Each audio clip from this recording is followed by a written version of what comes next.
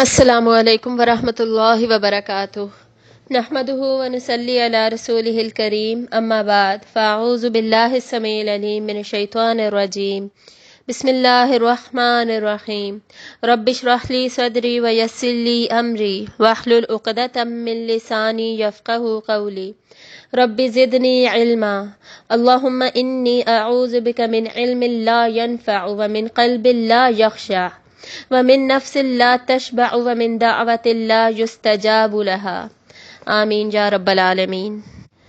آج ہم سورۃ القیامہ کا جائزہ لیں گے جو کہ قیامت کے موضوع پر بہت ہی جامع سورت ہے۔ اس کی ٹوٹل آیات 40 ہیں لیکن بہت چھوٹی آیات ہیں، اس لیے ایک ہی صفحے پر مشتمل ہے یہ سورت۔ اس کے مخاطبین کو اگر ہم دیکھیں تو شروع میں اور آخر میں کفار کو مخاطب کیا گیا ہے، بیسکلی وہ لوگ جو کہ قیامت پر بالکل بھی یقین نہیں رکھتے تھے، لیکن اس صورت میں انسان کا لفظ 6 مرتبہ ریپیٹ ہوتا ہے، جو کہ جتنے بھی ہم نے چھوٹی صورتیں اسٹڈی کی ہیں اور اسپیشلی 30th پارہ میں 35 پلس صورتیں آئیں گی اور ساری چھوٹی صورتیں ہیں، ان میں سے بھی کسی میں بھی انسان کا ورڈ اتنی زیادہ دفعہ ریپیٹ نہیں ہوا جتنی دفعہ اس صورت میں آیا ہے، ٹوٹل 6 ٹائمز۔ تو اس سے ہمیں یہ سمجھ لینا چاہیے کہ مخاطب ضرور اس زمانے میں کفار تھے، لیکن اس صورت کا میسج تمام انسانوں کے لیے ہے۔ ہمیں بھی اس صورت کو اتنا ہی سیریس لینا ہے جتنا انہیں لینے کی ضرورت ہے۔ بیسکلی اس کا ہم یہ کہہ سکتے ہیں کہ جی ہمیں تو ایمان ہے قیامت پر، لیکن پرابلم یہ ہے کہ ہمیں اس طرح یقین نہیں ہے جس لیول کا یقین ہونا چاہیے، کیونکہ یقین جتنا زیادہ مضبوط ہو اتنا ہی وہ عمل میں بدلتا ہوا نظر آ رہا ہوتا ہے۔ لیکن سنس اب ہمارا عمل اتنا کمزور ہو چکا ہے اور اتنا کم ہو چکا ہے، تعداد میں بھی، کوانٹیٹی وائز بھی اور کوالٹی وائز بھی، جس سے صاف پتہ چلتا ہے کہ جی ہمارا قیامت پر یقین اس طرح نہیں رہا۔ اگر ہمیں پتہ ہو کہ کل ہی ہمیں کسی کام کی سزا ملنی ہے یا اس کا ریوارڈ ملنے والا ہے، کل ہماری سیریمنی ہے، تو پھر ہم آج کیسی تیاری ہماری چل رہی ہو، آج کتنی پرفیکشن کے ساتھ ہماری تیاری ہو رہی ہو۔ تو یہ جو قیامت پر ایمان تو ہے لیکن یقین میں جو حد درجہ کمی ہو چکی ہے، اس کو ہمارے اس ایمان و یقین کو بھی یہ صورت ایڈریس کرے گی۔ اس لیے ہم انشاءاللہ اس صورت کو انتہائی سنجیدگی اور توجہ کے ساتھ ڈسکس کریں گے۔ تو شروع میں اور اینڈ میں انسان کو مخاطب کر کے قیامت کی بات کی گئی ہے، تو درمیان میں آپ صلی اللہ علیہ وآلہ وسلم کو بھی صورت میں مخاطب کیا گیا ہے۔ وہ انشاءاللہ ہم اس کے سیکشنز میں ڈیٹیل میں پڑھیں گے۔ اب اس کے موضوع کو ہم ڈیٹیل میں دیکھ لیں تو وہ ہوگا کہ قیامت صغریٰ اور قیامت کبریٰ کا نقشہ، دونوں نقشے صورت میں کھینچے گئے ہیں۔ قیامت صغریٰ کیا چیز ہے؟ انسان کی جب موت واقع ہو جاتی ہے تو وہاں سے ہی اس کی قیامت شروع ہو جاتی ہے۔ آپ صلی اللہ علیہ وآلہ وسلم نے فرمایا انسان کی قیامت اس کے مرنے کے ساتھ ہی شروع ہو جاتی ہے، تو وہ ہے قیامت صغریٰ۔ اور اس کے بعد قیامت کبریٰ، دی ججمنٹ ڈے، جب کہ سور پھونکا جائے گا اور قیامت کا دن قائم ہو جائے گا۔ ان دونوں کا نقشہ ہم اس صورت میں پڑھیں گے۔ اس کے بعد انسان کے کبر اور اس کی اوقات کا نقشہ بھی دیکھیں گے۔ کبر یعنی وہ انسان جو کہ بہت بڑا سمجھتا ہے اپنے آپ کو، بہت بڑائی اپنے اندر فیل کرتا ہے اور اس کی وجہ سے پھر غلطیاں کرتا ہے، تو اللہ تعالیٰ اسے اس کی اوقات، اس کا انتہائی چھوٹا ہونا، بالکل بڑائی کے اپوزٹ، اس کا نقشہ کھینچ کر انسان کو دکھائیں گے۔ اس کے ساتھ ساتھ ہم دیکھیں گے کہ عجلت کس چیز میں ہونی چاہیے۔ خیر کو پانے میں، قرآن کو پانے میں عجلت ہونی چاہیے، جبکہ شر اور متاع دنیا کو پانے میں عجلت نہیں ہونی چاہیے۔ یہ بھی اس صورت میں انشاءاللہ ہم اسٹڈی کریں گے۔ موضوع سے ہی پتہ چل رہا ہے کہ یہ مکی دور کی ابتدائی صورتوں میں سے ہی ہے اور اس کا اسلوب بھی انذار پر ہی بیسڈ ہے، مطلب کہ اس صورت میں بھی وارننگ ہی دی جا رہی ہے کہ قیامت سے اور اس میں جو واقعات ہوں گے اس سے ڈر جاؤ اور ڈر کر ابھی سے سنبھل جاؤ اور بچ جاؤ۔ اصل زندگی جو ہماری ہے وہ تو اسی قیامت کے بعد شروع ہونے والی ہے، قیامت صغریٰ، پھر قیامت کبریٰ، اور اس کے بعد ہماری ریئل لائف سٹارٹ ہوگی، جس میں کہ ہمیشہ ہمیشہ کا رہنا ہوگا۔ وہ یا تو جہنم میں ہوگا یا پھر جنت میں ہوگا. تو وہ جو ہماری اصلی والی زندگی ہوگی نا، حقیقت والی زندگی، اس کے اوپر سے پردہ فاش کیا جائے گا اس صورت میں. یہ زندگی کتنی ہے ہماری؟ ایوریج 60 ایئرز، 70 80 ایئرز، بس اتنی سی. اس کے بعد قیامت کا صرف ایک دن 1000 سال یا 50,000 سال کے برابر ہے. دونوں ہمیں روایات ملتی ہیں نا. تو یعنی صرف وہ جو ایک دن ہے وہ ہماری پوری اس والی زندگی کے بھی برابر نہیں ہے. وہ دن ہی اٹ سیلف اتنا بڑا ہے. تو اس دن کے بارے میں پھر ہم کیوں نہ اسٹڈی کریں اور اس کو پھر کیوں نہ سنجیدگی سے لیں. یعنی ہماری مکمل تیاری اس حساب سے ہونی چاہیے کہ ہمارا وہ دن بہترین طریقے سے اچھے انداز سے گزر سکے. وہ دن جو ہماری یہ اتنی لمبی ہم جو زندگی گزاریں گے، 50 60 70 80 سال، صرف اس سے بھی بڑا ہوگا وہ دن. اس دن کی پھر ہم تیاری کیوں نہ کریں اس حساب سے، جس حساب سے کہ اللہ تعالیٰ چاہتے ہیں. یہی ٹارگٹ رکھتے ہوئے ہم اس صورت کو 5 سیکشنز میں سٹڈی کریں گے. 5 مین سیکشنز ہوں گے، اور جو لاسٹ آیت ہے، آیت نمبر 40، وہ اکیلی ایک آیت ہے جس میں کہ اس صورت کا کنکلوژن دیا جائے گا. سٹارٹ کرتے ہیں. اعوذ باللہ من الشیطان الرجیم، بسم اللہ الرحمن الرحیم. لا اقسم بیوم القیامہ، نہیں میں قسم کھاتا ہوں قیامت کے دن کی. آیت کے سٹارٹ میں جو نہیں آتا ہے اس کا کانسیپٹ ہم کئی دفعہ ڈسکس کر چکے ہیں. یہاں پہ ہم دوبارہ دیکھ لیں گے کس چیز کی نفی کی جا رہی ہے. کہ اے لوگو، وہ جو تمہارے کانسیپٹس ہیں جو ہم نے اس سے پچھلی صورت میں سورۃ المدثر میں بھی پڑھے، کہ تم قیامت کو ماننے کے لیے تیار ہی نہیں ہیں، بلکہ طنزاً اور مذاق کرنے کے لیے بار بار پوچھتے ہو کہ جی کب آئے گی، آ کیوں نہیں جاتی، کب آئے گی، آ کیوں نہیں جاتی، اور کیا واقعی ہم اٹھائے جائیں گے. اس طرح کی تم باتیں کرتے ہو. تو نہیں، تمہارے سارے جو نیگیٹو خیالات ہیں، تمہارا مذاق اڑانا ہے، تمہارا طنز ہے، اور تمہارا یہ سمجھنا کہ یہ نہیں آئے گی، ان سارے خیالات کی اللہ تعالیٰ نفی کر رہے ہیں اور کہہ رہے ہیں کہ نہیں نہیں، میں قسم کھاتا ہوں قیامت کے دن کی. یعنی قیامت کے وقوع کے بارے میں اتنا یقین ہے کہ اسی کی قسم کھائی جا رہی ہے. اور یہاں پر زور کس کا ہے؟ جو مدلل ہے، جو کہ قسم کھا رہا ہے، یعنی اللہ رب العزت کی اپنی ذات کا یہاں پر زور ہے. اور اللہ تعالیٰ فرما رہے ہیں کہ قیامت آ کر ہی رہے گی. قسم سے یعنی کیا مطلب بنتا ہے کہ اب اس میں کوئی شک نہیں رہ گیا، اب ہم کوئی انکار نہیں کر سکتے. بس اللہ نے جب کہا ہے تو ہم نے مان لیا، وہ بھی قسم کے ساتھ، زور ڈال کر، تاکید کے ساتھ. وَلَا أُقْسِمُ بِنَفْسٍ بِالنَّفْسِ اللَّوَّامَةِ، اور نہیں میں قسم کھاتا ہوں ملامت کرنے والے نفس کی. نفس جو کہ انسان کی اپنی ذات ہے، اس نفس کو 3 ٹائپس میں ڈیوائیڈ کیا جاتا ہے. یوزلی جو علماء نے ڈیوائیڈ کیا ہے وہ اس کو 3 ٹائپس میں ڈیوائیڈ کیا ہے. فرسٹ ہوتا ہے نفس مطمئنہ، جس کا ہم سورۃ الفجر میں ذکر پڑھتے ہیں، یا ایتھا النفس المطمئنہ. تو وہ کون سا ہے نفس المطمئنہ؟ جس کو اللہ تعالیٰ خوشخبری سنائیں گے جنت کی، اور جو دنیا میں خیر ہی خیر میں مصروف ہوگا، اور اس کے تمام جو اعمال ہوں گے اس پر خیر غالب ہوگی. اور دوسرا پھر کون سا ہوتا ہے؟ نفس امارہ، جس کا ذکر ہم سورہ یوسف میں پڑھتے ہیں. یہ وہ نفس ہے جو کہ برائی کا حکم دیتا ہے، برائی کی طرف انوالو کرتا ہے، جس کے اوپر جبلت کا زیادہ غلبہ ہوتا ہے، جو شر کی طرف زیادہ، جس کے اعمال میں شر زیادہ پرومیننٹ ہوتا ہے. اور تیسرا جو ہے، جو کہ ہم اس صورت میں پڑھ رہے ہیں، نفس لوامہ، یعنی ملامت کرنے والا نفس. آپ کا ضمیر، آپ کا کانشیسنس، جو کہ گلٹ فیل کرواتا ہے ہمیں. یعنی اگر کوئی گناہ ہو جائے، کوئی غلط کام ہو جائے، کوئی شر کا، برائی کا کام ہو جائے، تو خود ہی اندر سے آواز آنے لگ جاتی ہے، چبھن ہونے لگ جاتی ہے، نیندیں اڑ جاتی ہیں، گناہوں کا بوجھ محسوس ہونے لگ جاتا ہے.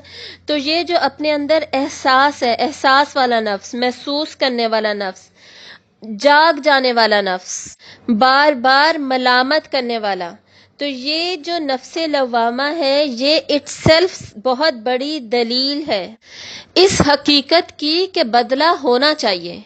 یعنی اگر ہمارے اندر کوئی انسان غلطی کرتا ہے اور اس کو بار بار احساس ہو رہا ہے نہیں میں نے غلط کیا ہے، مجھے ایسے نہیں کرنا چاہیے تھا، مجھے اسے ٹھیک کرنا چاہیے، ٹھیک کرنا چاہیے. کیوں ٹھیک کرنا چاہیے؟ کیونکہ اسے پتہ ہے کہ اس کا کوئی نہ کوئی ایفیکٹ ہوگا، کوئی اثر ہوگا. اچھے کام کا ہمیشہ اچھا بدلہ ہوگا اور برے کام کا ہمیشہ برا بدلہ یا برا نتیجہ ہوگا. تو یہ جو ہمارے اندر یہ ایک فینومینا ہی ہے نا ملامت کرنے والا، گلٹ کا، کانشیسنس کا، ضمیر کا، یہ خود اس بات کی بہت بڑی دلیل ہے کہ قیامت وقوع پذیر ہونی ہی چاہیے، ہوگی ہی ہوگی، ورنہ پھر اکاؤنٹیبلٹی کیسے ہوگی، ورنہ عدل و انصاف کا سسٹم قائم کیسے ہوگا. اور اگر یہ نہ ہو تو پھر تو ہم کہیں پہ بھی فل سٹاپ نہیں لگا سکیں گے نا، کہیں پہ بھی پھر یہ کانسیپٹ ہی نہیں آئے گا کہ جی عدل و انصاف کا سسٹم قائم ہوگا، وہ تو پھر بات ہی ادھوری رہ جائے گی. اگر کوئی یہ یقین رکھتا ہو کہ ہم بس اچھائیاں کرتے جا رہے ہیں، اینڈ میں بدلہ کوئی نہیں ہے، ریوارڈ کوئی نہیں ملنا، یا ہم گناہ پہ گناہ، قتل پہ قتل، اور جو بھی انسان جس گناہ میں ملوث ہے وہ کرتے جا رہے ہیں، اور یہ سوچیں کہ جی ان کا تو کوئی بدلہ نہیں ملنا، کوئی سزا نہیں ملنی، تو پھر اس عدل اور انصاف کا کیا ہوا، وہ کہاں گیا، وہ کیسے ہوگا پھر. اور پھر یہ جو ہمارے اندر سے ملامت ہوتی ہے، پھر اس کا کیا فائدہ ہے، کیوں ہے یہ ہمارے اندر. جیسے ہم سورۃ الاعلیٰ میں بھی پڑھتے ہیں، سورۃ الشمس میں فَأَلْهَمَهَا فُجُورَهَا وَتَقْوَاهَا، انسان کے اندر اللہ تعالیٰ نے دونوں چیزیں الہام کر رکھی ہیں، برائی بھی اور اچھائی بھی، کون سا کرنا ہے، کیسے کرنا ہے. اور پھر غلط اگر ہو جائے تو اس پر اندر سے ملامت محسوس ہوگی، اور ہمارے اندر سے یہ آواز آئے گی کہ ہاں ایک دن ایسا ہونا چاہیے جہاں پر ہمارے اعمال کو جانچا جائے، اور جانچنے کے بعد ہمارے ساتھ عدل اور انصاف کا معاملہ کیا جائے. تو یہ سب سے بڑی دلیل اس نفس کو، اسی لیے اللہ تعالیٰ سب سے بڑی دلیل بیان کر رہے ہیں یہاں پر قیامت کے وقوع پذیر ہونے کی. اَيَحْسَبُ الْإِنسَانُ أَن لَّن نَّجْمَعَ عِظَامَهُ، کیا سمجھتا ہے انسان کہ ہرگز نہیں ہم جمع کریں گے اس کی ہڈیاں. یعنی انسان نے یہ سوچ لیا ہے کہ یہ ممکن نہیں ہوگا. اللہ تعالیٰ نے پہلے بھی ہڈیاں جوڑ کر انسان کو بنایا، تو اب وہ مٹی میں جا کے ہڈیاں ہو جائے گا، الگ الگ ہو جائے گا، یا چورا چورا کبھی تباہ و برباد بھی انسان ہو جاتا ہے، پلین سے گر کے، پانی میں کوئی جانور کھا جائے، کوئی جنگل میں وحشی جانور کھا جائے، ہڈیاں سب بکھر گیا، تو کیا ہڈیاں اکٹھی کی جائیں گی؟ کیا انسان ایسا سوچتا ہے، ایسا سمجھتا ہے؟ بلا قادرین علی ان نسوی بنانا، کیوں نہیں، قادر ہے اس پر ہم کہ درست کر دیں اس کی پور کو، یعنی انگلیوں کے اوپر ہماری جو پورے ہیں، اور اس کے اوپر یہ جو ہمارے فنگر پرنٹس ہیں، مارکس ہیں، ہر ایک کے الگ الگ فنگر پرنٹس ہیں. کتنے انسان ہیں دنیا میں، پہلے انسان سے آخری انسان تک، اور سب کے فنگر پرنٹس الگ الگ ہیں، ڈفرینٹ ہیں. تو اللہ تعالیٰ کہہ رہے ہیں کہ یہ انگلیوں کی پوریں تک بنا دی جائیں گی. اللہ کی قدرت اتنی زیادہ وسیع و عریض ہے. اگر ہم یہ چاہیں نا کہ ہمارا ایمان اور یقین سارا کا سارا ٹھیک ہو جائے، جیسا کہ اللہ تعالیٰ چاہتے ہیں ویسا ہو جائے، تو اب تک ہم نے قرآن مجید جتنا پڑھا ہے اس میں سے یہ 2 آیات پر اگر ہم مکمل ان کو سمجھ جائیں نا، اور ان کو اپنے اندر راسخ کر لیں، تو ہمارا ایمان اور یقین کمزور نہیں ہوگا.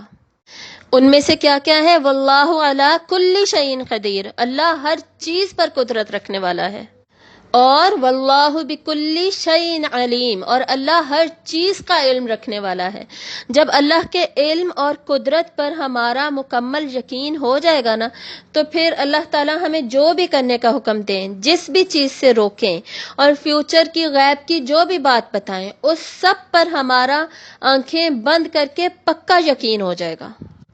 تو یہ جو انسان برائی پہ برائی کرتا جا رہا ہے، کیا یہ سمجھتا ہے کہ یہ ہڈیاں ہو جائے گا اور اس کے بعد یہ اکٹھا نہیں کیا جائے گا؟ بلکہ اللہ تعالیٰ تو مکمل اس کو جوڑ دیں گے، ویسے ہی جیسے کہ پہلے جوڑا گیا تھا. بل یرید الانسان لیفجر امامہ، بلکہ چاہتا ہے انسان کہ اپنے آگے بھی گناہ ہی کرتا رہے، فیوچر میں بھی گناہ ہی کرتا رہے، سستی پڑا رہے. مجھے فجر کی نماز نہ ہی پڑھنی پڑے، میں سوتی ہی رہوں، عصر کے وقت بھی بس میں کام میں ہی بیزی رہوں، میں پلے اسٹیشن کھیلتی رہوں، ایکس باکس کھیلتی رہوں، میں رات کو موویز دیکھتی رہوں، مجھے کچھ نہ کرنا پڑے، مجھے کوئی عبادت نہ کرنی پڑے، روزے رکھ کے میری روٹین خراب ہو جاتی ہے، مجھے گرمیوں میں تو بالکل نہ روزے رکھنے پڑے. انسان کیا چاہتا ہے؟ انسان چاہتا ہے کہ بس اس کی یہ والی جو روٹین ہے نا، بس یہی چلتی رہے، اسے اس میں سے نکل کے ایفرٹ لگا کے اچھائیوں کی طرف نہ آنا پڑے. اللہ کی بات ماننے میں ایفرٹ تو لگتی ہے نا، ہمت کرنی پڑتی ہے، مشقت کرنی پڑتی ہے، اپنے نفس کو دبانا پڑتا ہے، منوانا پڑتا ہے، سیڑھیاں اوپر کی طرف چڑھنا بہت مشکل کام ہے نا، اور نیچے کی طرف آنا کتنا آسان ہے۔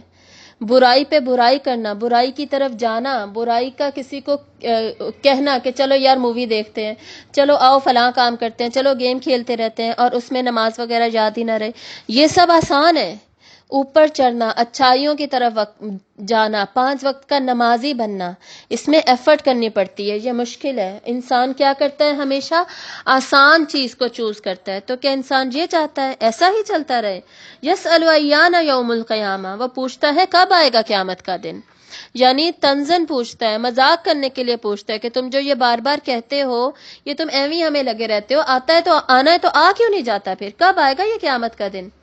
فَإِذَا بَرِقَ الْبَصَرُ، پھر جب چندھیا جائیں گی آنکھیں۔ مطلب اللہ تعالیٰ کیا کہہ رہے ہیں کہ قیامت کا آنا تو یقینی ہے ہی ہے، یہ کہنے کی بھی ضرورت نہیں ہے، ڈائریکٹ اس دن کا منظر بتایا جا رہا ہے کہ جس دن سور پھونک دیا جائے گا، اعلان کر دیا جائے گا کہ جی اب یہ ہے قیامت کا دن، اس دن ہوگا کیا، اس کی حقیقت بتائی جا رہی ہے۔ کیوں؟ کیونکہ جب اس کا نقشہ ہی آنکھوں کے آگے کھنچ جائے گا، تصویر ہی بن جائے گی ہماری آنکھوں کے آگے، تو پھر تو اس پہ ایمان لانا، یقین کرنا بہت آسان ہو جائے گا۔ تو ہم نے کیا کرنا، جتنے بھی صورت میں نقشے کھینچے جائیں گے، جیسے میں نے موضوع میں بتایا تھا، ڈفرینٹ مناظر ہوں گے اس صورت میں، اس کو ہم نے امیجن کرنا ہے۔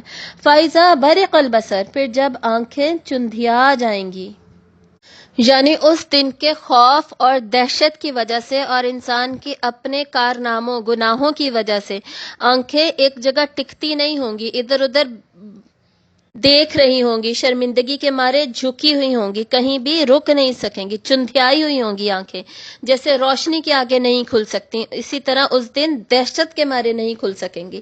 وَخَسَفَ الْقَمَرُ، اور چاند بے نور ہو جائے گا، یعنی چاند کی اپنی حقیقت بھی ختم ہو جائے گی۔ چاند ویسے لائٹ کو ریفلیکٹ کرتا ہے نا، تو جو بھی وہ ایک روشن اینٹیٹی ہے وہ اٹ سیلف ختم ہو جائے گی، یہ یہاں پر کہا جا رہا ہے۔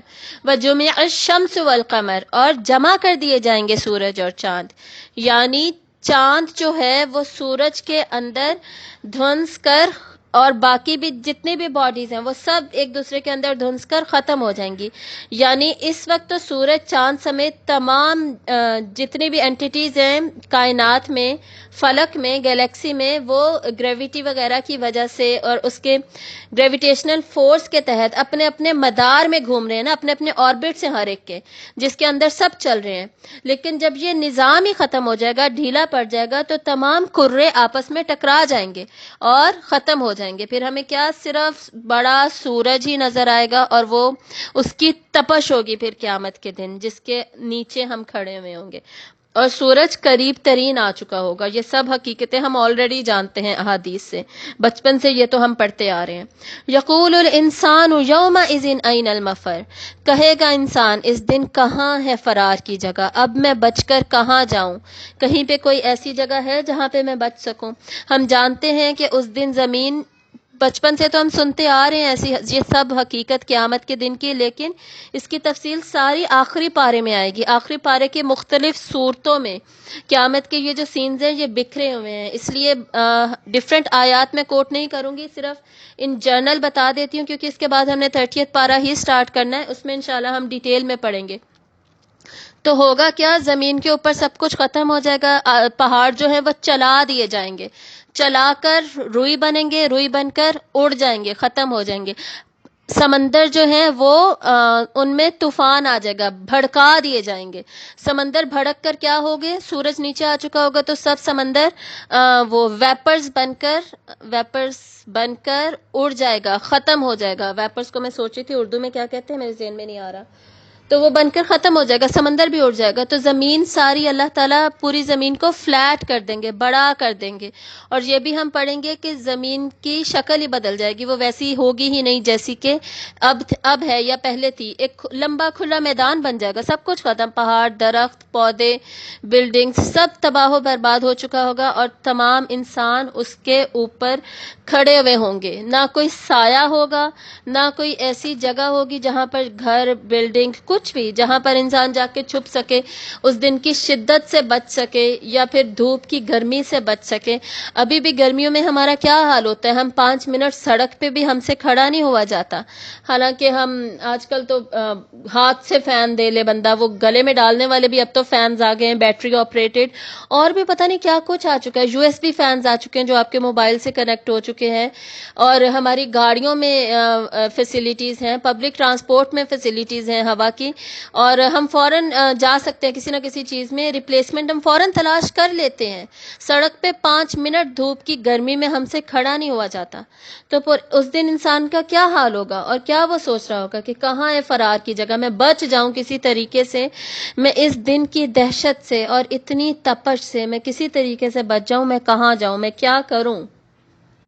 کلا لا وزر، نہیں، ہرگز نہیں، نہیں ہے کوئی جائے پناہ، سختی سے کہا جا رہا ہے، اس دن کوئی جائے پناہ نہیں ہوگی، جائے پناہ صرف آج ہے، وہ ہے اللہ کی پناہ، اللہ کی پناہ میں آ جاؤ، اب وہ قدم اٹھا لو، اس دن کوئی جائے پناہ نہیں ملے گی۔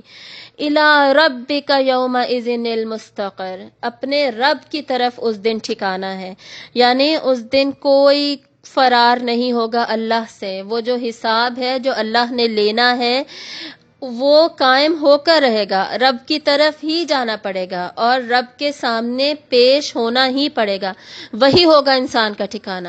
یُنَبَّأُ الْإِنسَانُ يَوْمَئِذٍ بِمَا قَدَّمَ وَأَخَّرَ، انسان کو خبر دے دی جائے گی، اس دن خبر دیا جائے گا انسان اس دن، اس کی جو اس نے آگے بھیجا اور جو اس نے پیچھے بھی چھوڑا، یعنی جو نیکیاں اور برائیاں گناہ وہ آگے بھیجتا رہا، وہ اللہ تعالیٰ کے پاس کریڈٹ ہوتے رہے، جمع ہوتے رہے، وہ انسان دیکھ لے گا، اور جو اس نے پیچھے چھوڑ دیا، جو اپرچونٹیز، جو مواقع وہ چھوڑ آیا، کتنے زیادہ وہ مزید ثواب کے کام کر سکتا تھا، ہم اٹھ کے نوافل پڑھ سکتے تھے، قرآن پڑھ سکتے تھے، لیکن ہم نے چوز کیا کیا، نہیں پڑھنا، نہیں کرنا، وہ سارے مواقع پیچھے چھوڑ آئے گا، بہت سارے گناہ جو کہ وہ اس ٹائم اس کے پاس جو آپشن تھا کہ وہ نہ کرے، وہ گناہ نہ کرنے کی اپرچونٹیز وہ بھی وہ پیچھے ہی چھوڑ آیا۔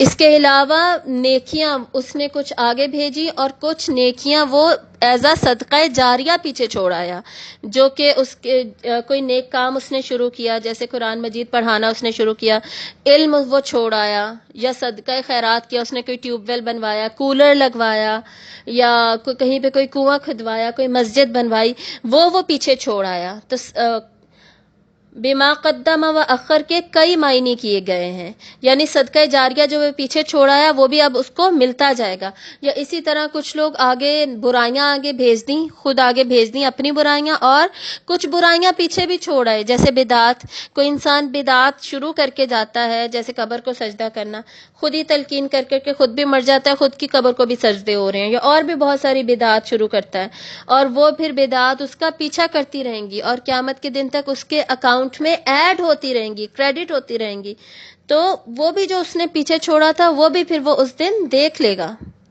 اس کے علاوہ اس سے مراد پرائیورٹیز بھی ہے کہ انسان نے اپنی کیا پرائیورٹیز بنائی، وہ جو اس نے پرائیورٹی ترجیحات بنائی تھی دنیا میں ان کو وہ قیامت میں آگے جا کے دیکھ لے گا، اور جو اس نے ترجیحات بنا کر باقی چیزوں کو جو اس نے چھوڑ دیا، پیچھے چھوڑ دیا اس نے، وہ بھی اس کو اس دن پتہ چل جائے گا، یعنی اس دن تمام ہر چیز اس کے سامنے کلیئر ہو جائے گی۔ بل الانسان علی نفسہ بصیرہ، بلکہ انسان اپنے نفس پر خوب نظر رکھنے والا ہے، یعنی اس دن وہ خبر دیا جائے گا، لیکن اس کا مطلب یہ نہیں ہے کہ اس کو پتہ ہی نہیں تھا، انسان اچھی طرح جانتا ہے کہ اس کے اندر کیا ہے، اس نے کیا کیا ہے کیا نہیں کیا، اپنے اوپر خوب نظر رکھنے والا ہے۔ آج میں نے اگر 5 نمازیں پڑھی ہیں یا 3 پڑھی ہیں، 2 نہیں پڑھی، تو مجھے اچھی طرح پتہ ہے میں نے یہ کیا ہے۔ اگر میں نے کسی انسان کے ساتھ زیادتی کی ہے، میرے اندر نفس لوامہ ہے، آواز آتی رہے گی، مجھے پتہ چلے گا کہ میں نے یہ کیا ہے اور یہ میں نے غلط کیا، مجھے نہیں کرنا چاہیے تھا۔ انسان خوب نظر رکھتا ہے، خوب جانتا ہے اپنے آپ کو، دنیا میں بھی اس نے کیا کیا کیا، آخرت میں بھی وہ خوب جانتا ہوگا، یہ بھی یہاں پر دونوں مطلب ہے، وہاں پر کھڑا ہوا بھی وہ اچھے طریقے سے جانتا ہوگا اور جان رہا ہوگا کہ میں نے کیا کیا ہے۔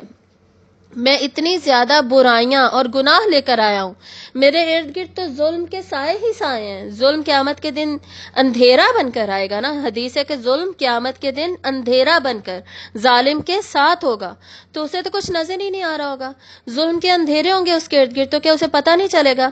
اور جتنی اچھائیاں کی وہ بھی ہر ایک کو پتہ ہوں گی۔ قیامت کا دن کس کے لیے کتنی سپیڈ سے گزرتا ہے، وہ اس کی اچھائیاں اور اس کے گناہ ڈیسائیڈ کریں گے۔ جتنا اچھا انسان ہوگا اس کے لیے قیامت کا دن فوراً گزر جائے گا، اس کو محسوس ہی نہیں ہوگا۔ دن تو لمبا ہوگا لیکن محسوس نہیں ہوگا۔ جیسے فرض کریں آج کا ایک دن ہے تو 24 گھنٹے کا، لیکن ہم اپنے کوئی فیوریٹ کام میں مشغول ہیں۔ فرض کریں کسی کو گیم کھیلنا بہت پسند ہے، ایکس باکس پہ کوئی گیم ہے کھیلنا بہت پسند ہے، 4 گھنٹے گئے کہاں اسے پتہ ہی نہ چلے، 24 گھنٹے کہاں گئے پتہ ہی نہیں چلے۔ یا جیسے ہمارے کوئی فیوریٹ مہمان آ جاتے گھر پہ، میرے امی ابو مجھے وزٹ کر لیتے تو پتہ ہی نہیں چلے گا کہاں گیا ٹائم، دن تو وہی تھا، پتہ نہیں چلا۔ وہی اگر ہم کوئی اپنے جو مجھے بورنگ لگتا ہے میں وہ کام کر رہی ہوں یا اکیلے سارا دن گزار رہی ہوں، تو وہ 24 گھنٹے گزارنے میرے مشکل ہو جائیں گے۔ تو اس دن اچھے لوگوں کا دن اسی طرح گزرے گا، انہیں محسوس بھی نہیں ہوگا، اور برے لوگوں کا دن اتنے برے طریقے سے گزرے گا۔ اس کے علاوہ متکبرین جو ہوں گے وہ گھسٹتے ہوئے اٹھیں گے، کرالنگ کرتے ہوئے اٹھیں گے، دنیا میں بڑا بڑا سمجھتے تھے نا خود کو، اس دن جھکے ہوئے اٹھیں گے۔ اس کے علاوہ جو اللہ کے کلام سے، قرآن سے اعراض برتتے تھے یعنی اسے اگنور کرتے تھے، اس دن اندھے اٹھیں گے، تو اس کو کیا کسی کو پتہ نہیں ہوگا کہ اس نے کیا کیا تھا؟ یہ یہاں پر کہا جا رہا ہے بَلِ الْإِنسَانُ عَلَىٰ نَفْسِهِ بَصِيرًا، جو جیسے اٹھے گا اس سے بھی وہ جانتا ہوگا کہ ہاں میں یہ تو کرتا تھا، تو یہی تو انجام ہے پھر میرا۔ کس چیز کی شرمندگی ہوگی؟ اسی چیز کی تو شرمندگی بھی ہوگی، اور پھر نظر بھی کہیں ٹک نہیں رہی ہوگی۔ وَلَوْ أَلْقَىٰ مَعَاذِيرًا، اور اگرچہ وہ ڈالے معذرتیں اپنی ایکسکیوزز، اور پھر وہ اپنے ایکسکیوزز دے گا۔ اللہ تعالیٰ کیا کہہ رہے ہیں؟ اور جتنے بھی وہ ایکسکیوزز دے لے، وہ اچھی طرح جانتا ہے وہ کر کے کیا آیا ہے۔ یہ جو بہانے ہیں، خود ساختہ عذر بنا لینا، عذر پیش کرنا، ایکسکیوزز ڈالنا، اپنی کوتاہیوں پر پردہ ڈالنے کی کوشش کرنا، یہ سب بس دنیا میں یہ انسان کر سکتا ہے۔ حالانکہ اندر سے آواز آ رہی ہوتی ہے میں نے جھوٹ بولا ہے، میں نے جھوٹ بولا ہے، لیکن اپنے ضمیر کو خاموش کرا لیتے، اپنی کوتاہی پر پردہ ڈال دیتے، چپ کرا دیتے ہیں۔ لیکن قیامت کے دن یہ پاسبل نہیں ہوگا۔ وَلَوْ أَلْقَىٰ مَعَاذِيرًا، چاہے جتنے بھی معذرتیں، جتنے بھی ایکسکیوزز پیش کر لیں، کچھ نہیں ہونے لگا۔ یہ تھا ہمارا فرسٹ سیکشن، آیت نمبر 1 to 15، جس میں ہم نے کیا پڑھا ہے؟ قیامت کا منظر، بیسیکلی قیامت قائم ہونے کا منظر۔ اور عجلت اس سیکشن میں کس چیز کی تھی؟ قیامت کو مانگنے کی، جلدی مانگتے تھے کب ہوگی قیامت، کب آئے گی قیامت، اگر آنی ہی ہے تو پھر آ کیوں نہیں جاتی؟ تو یہ جو عجلت ہے یہ غلط چیز کی طرف نہیں ہونی چاہیے، یعنی مذاقن تنزن قیامت مانگنا ٹھیک نہیں ہے، یہ غلط عجلت تھی ان کی۔ اب آگے سیکنڈ سیکشن آیت نمبر 16 to 19، اس میں آپ صلی اللہ علیہ وآلہ وسلم سے خطاب کیا جا رہا ہے، اور آپ کے ذریعے ڈیفینیٹلی ہم سے بھی۔ اور اس میں ہم کیا دیکھیں گے کہ خیر پانے میں جلدی ہونی چاہیے، خیر پانے میں عجلت ہونی چاہیے۔ سٹارٹ کرتے ہیں۔ لا تحرک به لسانک لتعجل، نہ آپ حرکت دیجئے ساتھ اپنی زبان کے تاکہ آپ جلدی یاد کر لیں۔ آپ صلی اللہ علیہ وآلہ وسلم پر جب قرآن نازل ہوتا تو آپ صلی اللہ علیہ وآلہ وسلم اسے کتابوں میں کیا لکھا ہے، اسے جلدی جلدی پڑھتے، اسے یاد کرنے کی کوشش کرتے کہ کہیں مجھے بھول نہ جائے، اور کہیں مجھے یہ نہ بھول جائے کہ یہ آیت کہاں آنی تھی، یہ ترتیب کیا تھی، یا کوئی ورڈ نہ ادھر ادھر ہو جائے، انتہائی فکر اور پریشانی میں ہوتے۔ تو اس کے لیے آپ صلی اللہ علیہ وسلم کو کیا کہا جا رہا ہے کہ آپ پریشان نہ ہوں، آپ اس میں بہت زیادہ فکر نہ کریں، آپ صرف اس وجہ سے، اپنی اس پریشانی کی وجہ سے اپنی زبان کو جلدی جلدی حرکت نہ دیجیے۔ یعنی آپ صلی اللہ علیہ وآلہ وسلم کو عجلت کس چیز کی تھی؟ کہ قرآن انہیں جلدی یاد ہو جائے، اس کے حفظ، اس کی ترتیب، اس کا جمع کرنا، قرآن، اس کا بیان، یہ بھی ہم دیکھیں گے ان آیات میں، قرآن سے ریلیٹڈ ہر چیز آپ کے اندر جلدی راسخ ہو جائے۔ اور آپ صلی اللہ علیہ وآلہ وسلم کو اس چیز کی بھی جلدی ہوتی یا طلب ہوتی کہ قرآن مجید نازل ہو، جلدی نازل ہو۔ ایک دفعہ آپ صلی اللہ علیہ وسلم نے حضرت جبرائیل علیہ السلام سے فرمایا کہ آپ جلدی قرآن کیوں نہیں لے کر آتے؟ اس کا جواب سورہ مریم میں ہے۔ تو حضرت جبرائیل علیہ السلام نے فرمایا کہ ہم صرف اللہ کی مرضی سے ہی آتے ہیں، جب اللہ کی مرضی ہوگی صرف تب ہی ہم آ سکتے ہیں۔ یعنی آپ صلی اللہ علیہ وآلہ وسلم کا قرآن مجید سے لگاؤ اور محبت اور طلب، اس کا ہمیں یہاں سے پتہ چل رہا ہے۔ یعنی عجلت ہماری کس طرف ہونی چاہیے، کس چیز کی ہمارے اندر طلب ہونی چاہیے، وہ ہمیں ان آیات سے پتہ چلے گا۔ ان علینا جمعہ وقرآنہ، بے شک ہم پر ہی ہے جمع کرنا اس کا اور اس کا پڑھانا۔ یعنی آپ صلی اللہ علیہ وسلم قرآن مجید کی حفظ و جمع کی فکر مت کیجیے، مطلب فکر اور پریشانی میں نڈھال مت کریں اپنے آپ کو کہ آپ پریشان ہی ہو جائیں۔ ہم پر ہے یہ کام، اللہ تعالیٰ کہہ رہے ہیں یہ اللہ کی ذمہ داری ہے کہ اللہ اس کو جمع کرے گا، اللہ اس کو پڑھائے گا۔ قرآن مجید کی حفاظت کا ذمہ اللہ تعالیٰ نے لیا۔ جمع میں کیا آتا ہے؟ جمع کا مطلب ہے قرآن کا ایک شکل میں مرتب ہو جانا، چاہے وہ حفظ میں ہو یا کتاب میں ہو، کسی بھی صورت میں، صورت کوئی بھی ہو لیکن اس کا پراپر مرتب ہو جانا کہ اس کی ترتیب کیا ہوگی، پہلے کون سی صورت آئیں گی اینڈ تک، اور اس کے بعد پھر کون سی آیات بھی الگ الگ نازل ہوتی تھی نا، تو کون سی آیات پھر اب کون سی صورت میں جائیں گی، کون سی کہاں پر ہوں گی۔ اور جیسے بہت ساری صورتوں کا کچھ پورشن مکی ہوتا تھا تو کچھ آیات مدنی ہوتی تھی، جیسے سورۃ المزمل میں ہم نے پڑھا سارے شروع کے سیکشنز مکی تھے اور لاسٹ آیت مدنی تھی۔ اسی طرح سیکشنز میں، پورشنز میں صورتیں نازل ہوتی تھی، حصے سورہ الگ کی صرف پہلی 5 آیتیں پہلے نازل ہوئی تھی، باقی صورت بعد میں نازل ہوئی۔ تو کہاں پر کون سی ہوں گی، یہ کیا ترتیب کیا ہے؟ قرآن مجید کی جو ترتیب ہے وہ نزولی نہیں ہے، جو ہمارے پاس قرآن ہے یہ نزولی ترتیب نہیں ہے۔ نزولی مطلب جس طرح 23 سال میں نازل ہوا اسی طرح ارینج کر دیا گیا، نہیں، بلکہ یہ ہے ترتیب توقیفی، جو کہ علوم القرآن کی ساری کتابوں میں لکھا ہوا ہے۔ ترتیب توقیفی ہے، توقیفی مطلب ہیں تو دونوں ترتیبیں اللہ کی طرف سے، لیکن نزول کے اعتبار سے ارینج نہیں ہوگا، ارینج ویسے ہوگا جیسے اللہ تعالیٰ نے بتایا، تو اس حساب سے اللہ تعالیٰ کی وحی، اللہ تعالیٰ کے بتانے وحی کے اعتبار سے اس کو آرگنائز کیا گیا۔ اور حضرت جبرائیل علیہ السلام نے آخری رمضان میں آپ صلی اللہ علیہ وآلہ وسلم کو 2 مرتبہ پورا قرآن مجید کا دورہ کروایا، اسی ترتیب میں، ترتیب توفیقی میں، توقیفی میں جس میں ہمارے پاس موجود ہے۔ اور یہ وہی ترتیب ہے جو کہ اللہ تعالیٰ کے پاس لوح محفوظ میں بھی محفوظ ہے، وہی قرآن مجید کی ترتیب ہے جی۔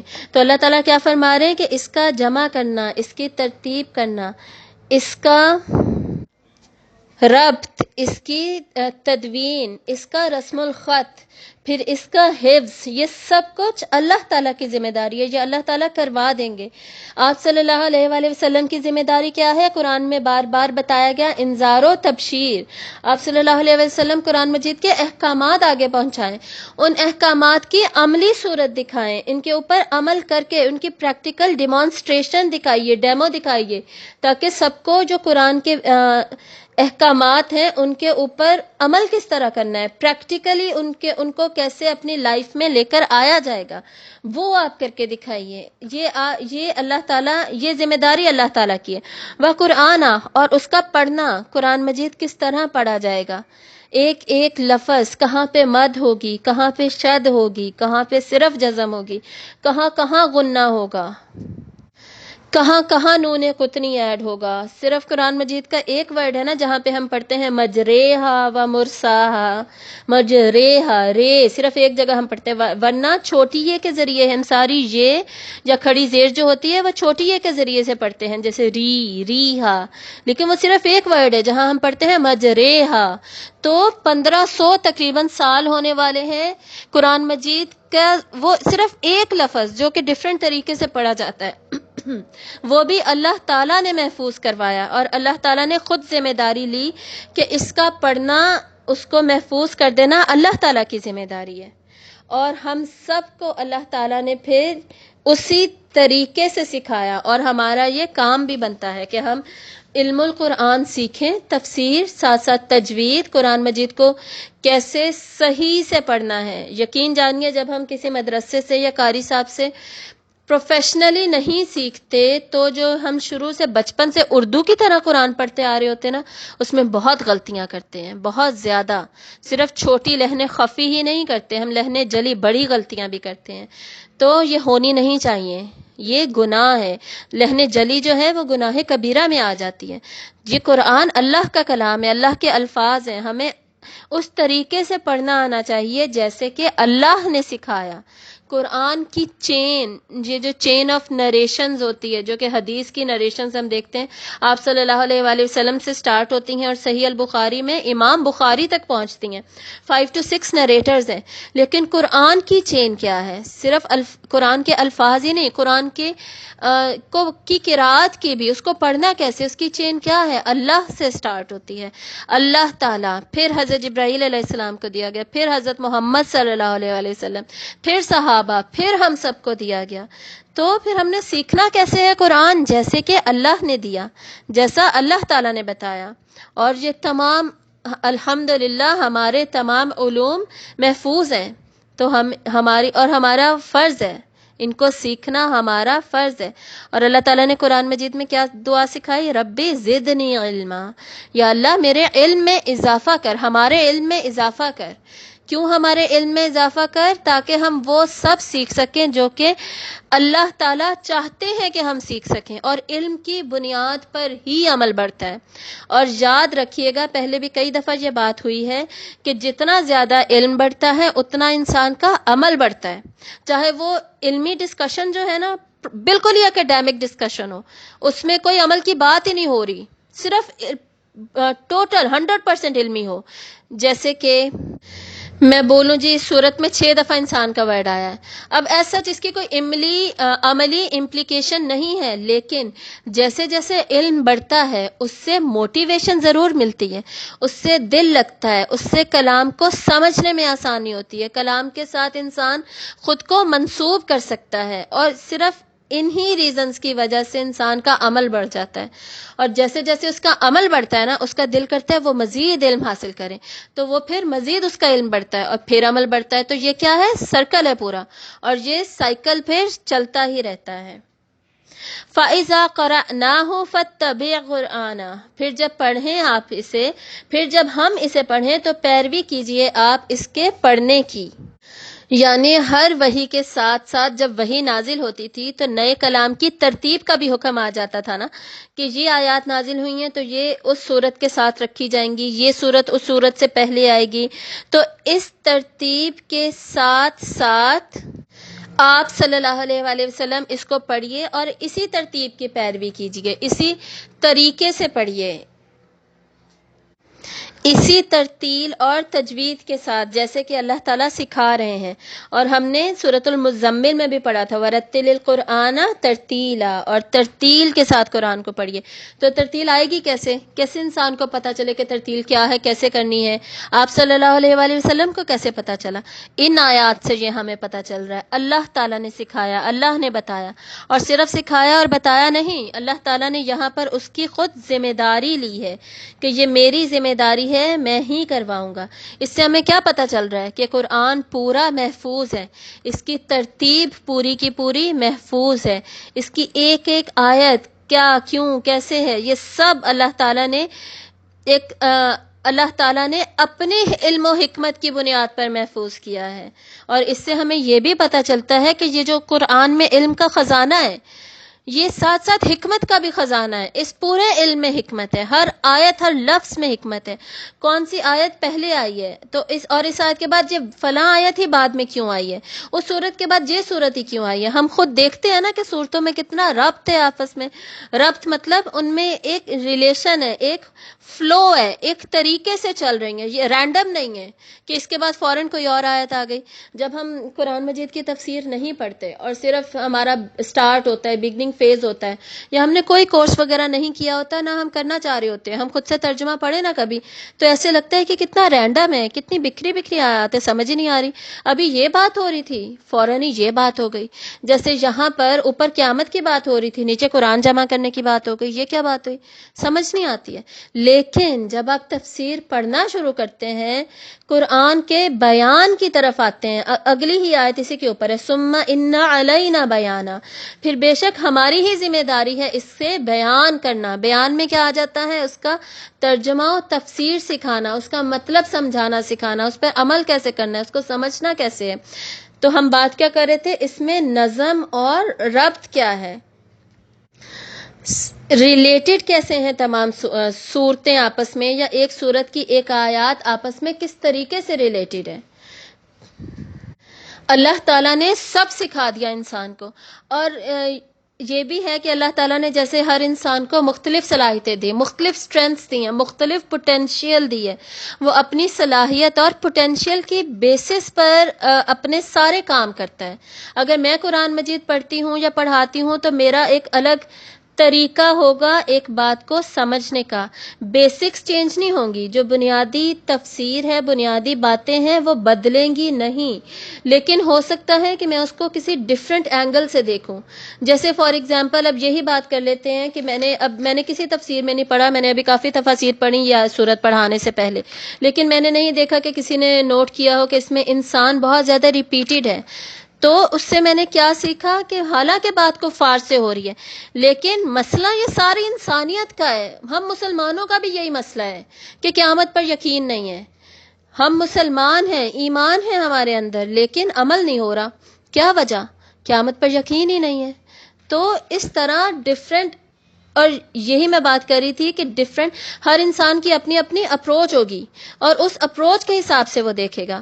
اسی حساب سے اب فرسٹ سیکشن قیامت، سیکنڈ سیکشن قرآن سے ریلیٹڈ ہے، تو پھر ان میں کیا ربط بنا؟ اوپر بھی کسی چیز کی عجلت تھی، نیچے بھی کسی چیز کی عجلت ہے.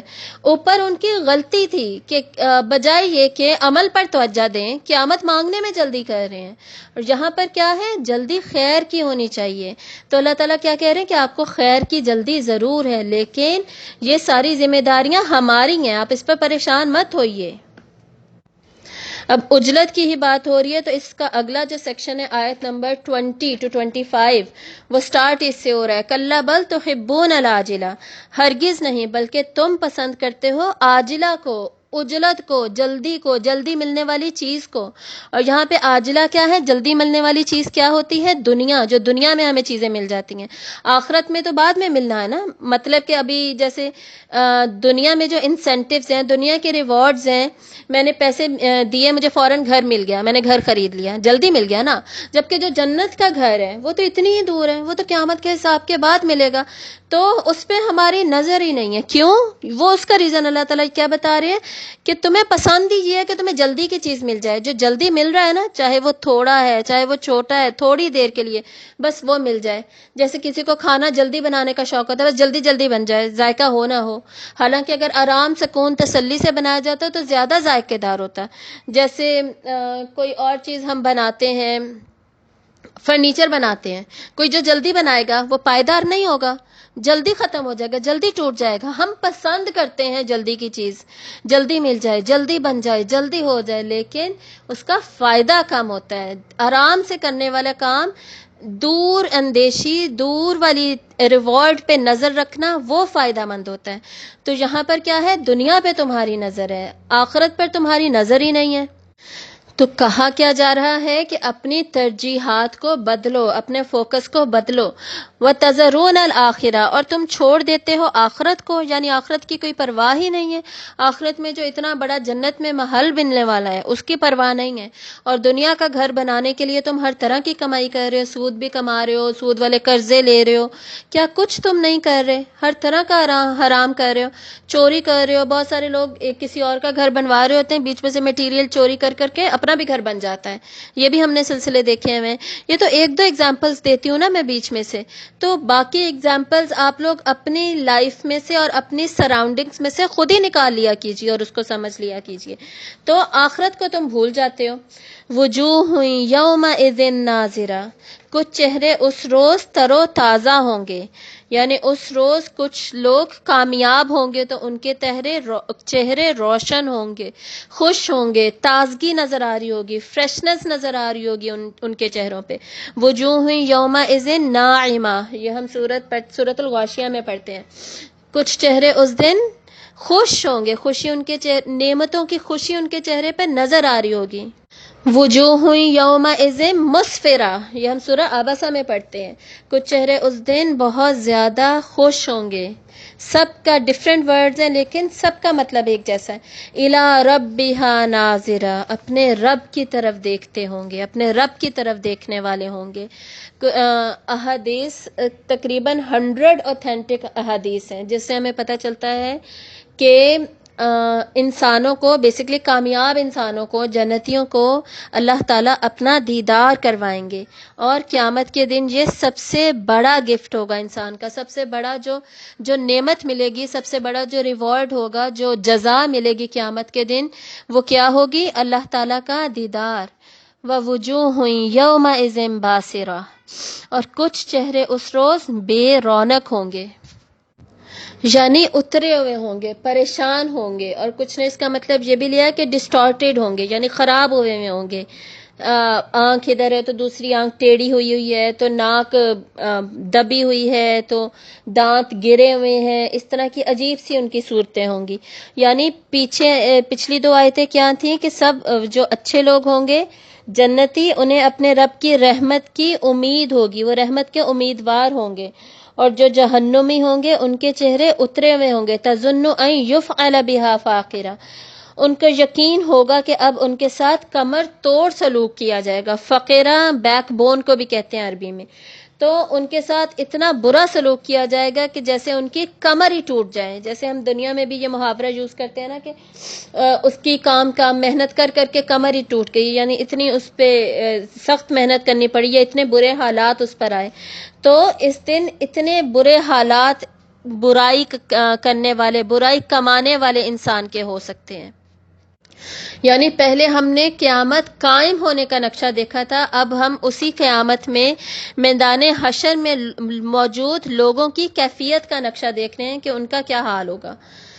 کلا اذا بلغت التراقی، آیت نمبر 26 to 30، یہاں پر ٹاپک چینج ہوگا اور اب ہم قیامت صغریٰ کا نقشہ دیکھیں گے.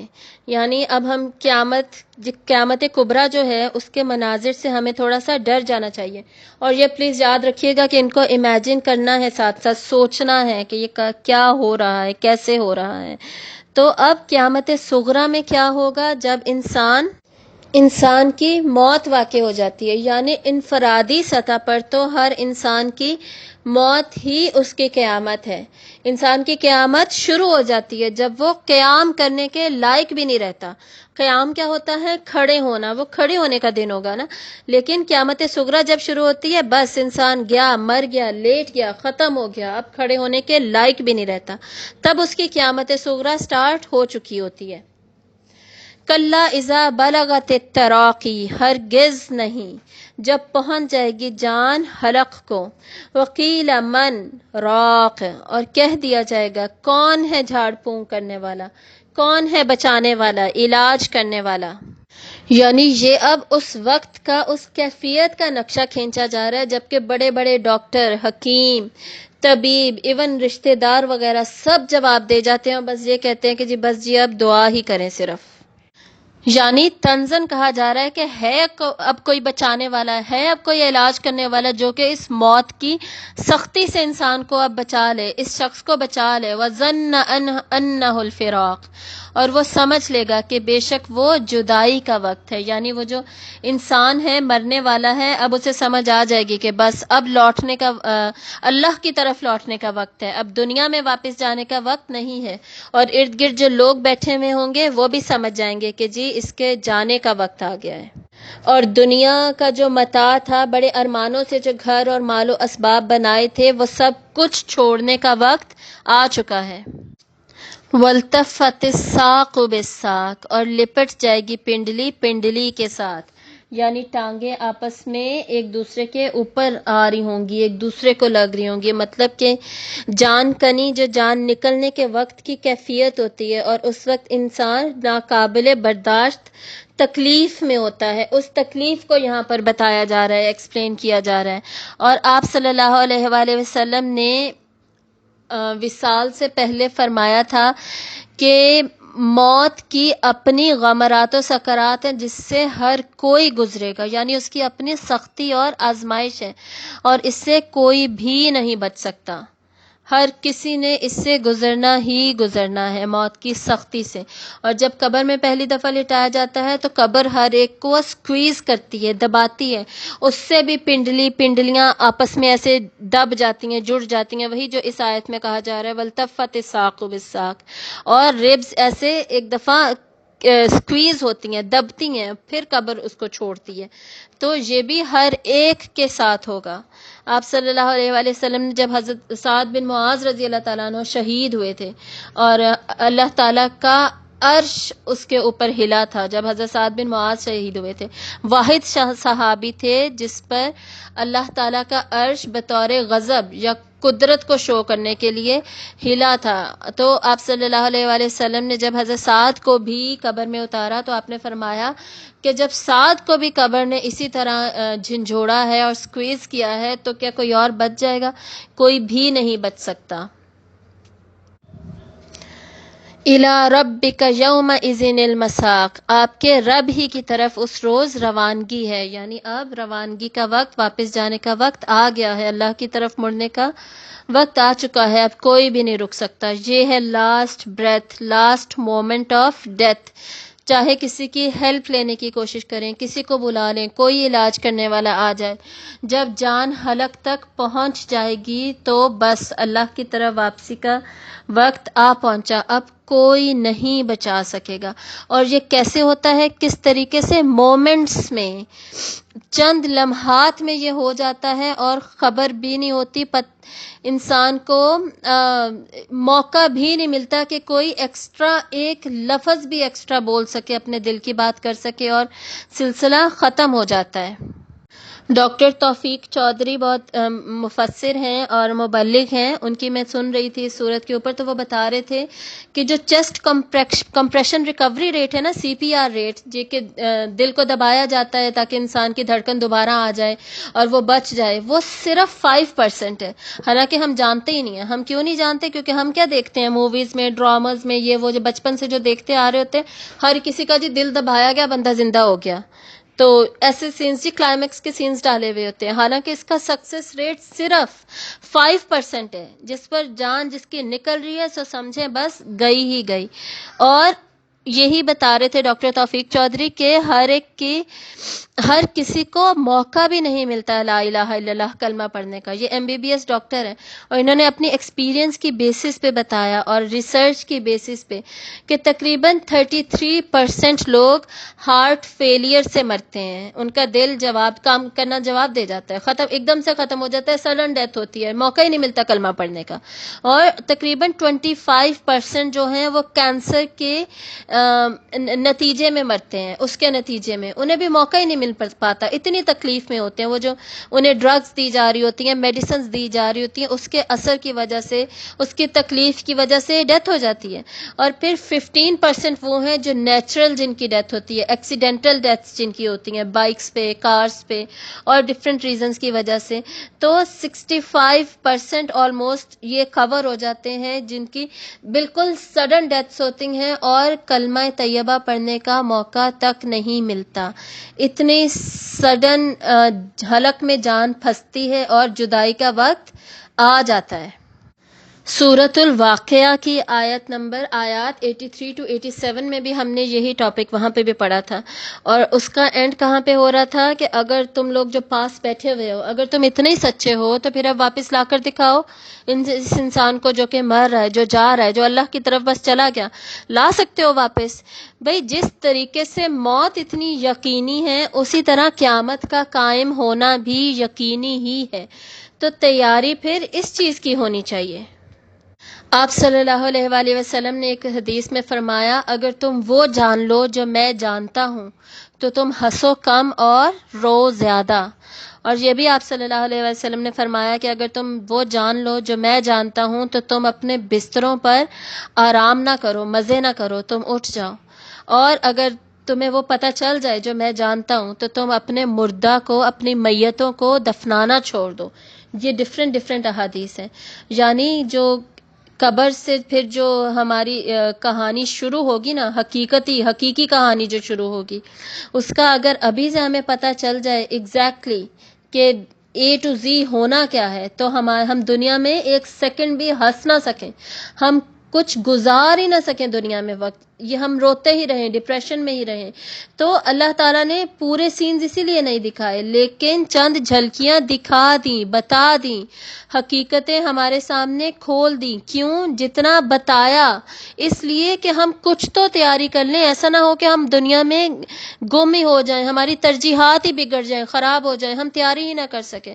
تو جتنا بتایا گیا ہے نا، اسی کو اچھے طریقے سے سمجھنا چاہیے، اور اسی کی بیسس پر پھر ہمیں ہمارا عمل بدل جانا چاہیے. ہمارے جو اعمال ہیں وہ سنور جانے چاہیے، ہماری جو ترجیحات ہیں وہ ٹھیک ہو جانی چاہیے، ورنہ اس دن ہمارے ساتھ پھر کمر توڑ دینے والا سلوک ہوگا اور پھر ہم کہیں نہیں بچ کے جا سکیں گے.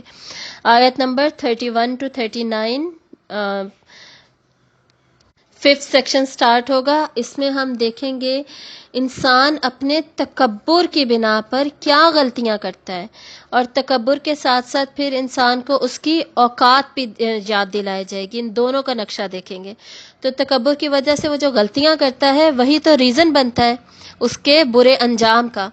فلا صدق ولا صلی، تو نہ اس نے تصدیق کی اور نہ ہی اس نے نماز پڑھی. تصدیق کس کی؟ اللہ تعالیٰ کے احکامات کی. اللہ نے احکامات تو دیے تھے اور تم نے مانے بھی تھے، لیکن دل سے تصدیق نہیں کی. یہ کیسے پتہ چلتا ہے کہ دل سے تصدیق نہیں کی؟ مطلب اس پہ عمل ہی نہیں کر کے دکھایا. اب تمہیں تو پتہ ہے 5 وقت کی نمازیں ہیں اور مانتے بھی ہیں، ایمان بھی ہے، پڑھنی چاہیے، لیکن یہ جو اتنا ماننا اور یقین سے مانتے ہیں بھئی پڑھنی چاہیے، لیکن اتنا ماننا کافی نہیں ہے کیونکہ اسے عملی طور پہ پڑھ ہی نہیں رہے، کر ہی نہیں رہے. ولا صلی، تو اصل میں تم نے نہ تصدیق کی اور نہ ہی تم نے پھر نماز پڑھی. تو سب سے بڑا گناہ انسان کا عملی طور پہ کیا ہے؟ ایک تو سب سے بڑا ظلم اور گناہ تو شرک ہے نا. اس کے بعد جب انسان کا اپنا انفرادی عمل شروع ہوتا ہے، اس میں حقوق اللہ میں سب سے بڑا گناہ پھر کیا ہے، جس کا سب سے پہلے سوال ہوگا؟ نماز کے بارے میں پوچھا جائے گا. نماز کیا ہے؟ نماز مومن اور کافر کے درمیان فرق کرنے والی چیز ہے. نماز کے بغیر مومن ہی نہیں ہے. پھر آپ صلی اللہ علیہ وآلہ وسلم کے زمانے میں جو منافقین ہوتے تھے نا، حالانکہ انہیں اسلام میں کوئی دلچسپی نہیں تھی، لیکن پھر بھی نمازیں پڑھ رہے ہوتے تھے، ساری نمازیں پڑھ رہے ہوتے تھے. انہیں پتا تھا کہ جی ہم پھر دکھیں گے کیسے مسلمان، ہم کہنے کو تو ہم مسلمان ہیں نا، تو ہم دکھیں گے کیسے جب ہم نماز ہی نہیں پڑھیں گے، اور سب کو یقین کیسے آئے گا جی باقی سارے مسلمانوں کو. تو دکھاوے کے لیے تو وہ بھی نمازیں پڑھ رہے تھے، چھوڑتے تو وہ بھی نہیں تھے. اور ہم جو اپنے آپ کو سچا، اچھا، پکا مسلمان کہتے ہیں اور سمجھتے ہیں، ہماری آج تک فجر کی نماز ہی نہیں پوری ہو پاتی، یا پھر عصر کی نماز جاری ہوتی ہے آفس میں، یا پھر عشاء جی نکل رہی ہوتی ہے سوتے میں. یہ تو ہمارے حالات ہیں. اور اس پارے میں مسلسل قیامت اور انذار کا ذکر ہے نا. اور کوئی ایسی صورت گزری ہے جس میں نماز کا ذکر نہ آیا ہو؟ ہر صورت میں نماز کا ذکر ہے. یعنی قیامت کے دن ہم بچ نہیں سکیں گے اگر ہماری نمازیں ہی پوری نہ ہوئیں. جس کی نمازیں پوری نہیں ہیں وہ بس سمجھے فیل ہو گیا، گر گیا، بس وہیں سے واپس پہلی کلاس ہی پاس نہیں کی، تو آگے پھر اسے میٹرک کے امتحان تو نہیں دیے جائیں گے نا، اسے مزید سوال نہیں ہوں گے اور بس ختم اس کی کہانی. کیا فائدہ پھر؟ اس زندگی میں ہماری ترجیحات کیا ہیں؟ ہماری پہلی ترجیح ہی نماز ہونی چاہیے. ہمارے دن کا سارا ٹائم ٹیبل نماز کے ارد گرد گھومنا چاہیے. نماز ہمارے لیے، اگر نماز مس ہو جائے نا، ایسی ہماری حالت ہونی چاہیے کہ کوئی فوت ہو گیا ہو، اتنا برا ہمیں محسوس ہونا چاہیے. اور ہم کیا کرتے ہیں جی، گیمز کھیل رہے ہیں، یا ڈرامہ لگا ہوا ہے یا کچھ بھی کوئی بھی سلسلہ چل رہا ہے یا کھانا کھا رہے ہیں یا مہمان آ گئے ہیں، باتیں کرتے کرتے بھول ہی گیا کہ نماز بھی پڑھنی تھی، نماز کا ٹائم ہی گزر گیا۔ چلے کبھی غلطی سے انسان سے ہو جاتا ہے، لیکن جان بوجھ کر انسان کی عادت ہی یہ ہو کہ نمازیں چھوٹ رہی ہیں اور بس چھوٹ رہی ہیں، عادت ہی یہ ہے، ترجیح ہی یہ ہے، پرائیورٹی ہی یہ ہے، تو بھائی پھر اللہ تعالیٰ بھی ہمیں پرائیورٹی نہیں دیں گے قیامت کے دن، ہمیں پھر کوئی ریوارڈ وغیرہ کیسے ملے گا، کیا بنے گا پھر ہمارا؟ پھر وجوہ یومئذ ناظرہ، اس میں ہم کیسے فال کریں گے، کیسے ہمارے چہرے روشن ہوں گے؟ آج ہم اللہ کے آگے جھکنے سے انکار کرتے ہیں اور ہم ایکسپیکٹ کرتے ہیں کل کو اللہ تعالیٰ ہمیں کامیاب قرار دیں گے، کیسے؟ یہ تو کانفلکٹنگ ہو گیا نا، ایسے کیسے ہو سکتا ہے؟ سورۃ المدثر، اس سے پیچھے ہی ہم نے کیا پڑھا تھا؟ سأصلہ سقر، عنقریب وہ جہنم میں جلائے جائیں گے۔ اس سے آگے جہاں پر سوال پوچھتے ہیں فی جنات یتساءلون عن المجرمین ما سلککم فی سقر، کس چیز نے تمہیں دوزخ میں ڈالا؟ قالوا لم نک من المصلین، وہ کہیں گے ہم نماز پڑھنے والوں میں سے نہیں تھے۔ سورۃ المعارج میں الا المصلین، آگے جتنی بھی کوالٹیز ہیں ساری مسلین کی ہی بتا دی، یعنی مسلین ہی تو ہیں جو کہ متقین ہیں، نماز پڑھنے والے ہی تو ہیں جو کہ متقین ہیں اور جو جنتی ہوں گے۔ اولئک فی جنات المکرمون، عزت مکرم والی، عزت والی جنتوں میں تو صرف مسلین ہی تو ہوں گے۔ اور سورۃ القلم میں ہم نے کیا پڑھا تھا؟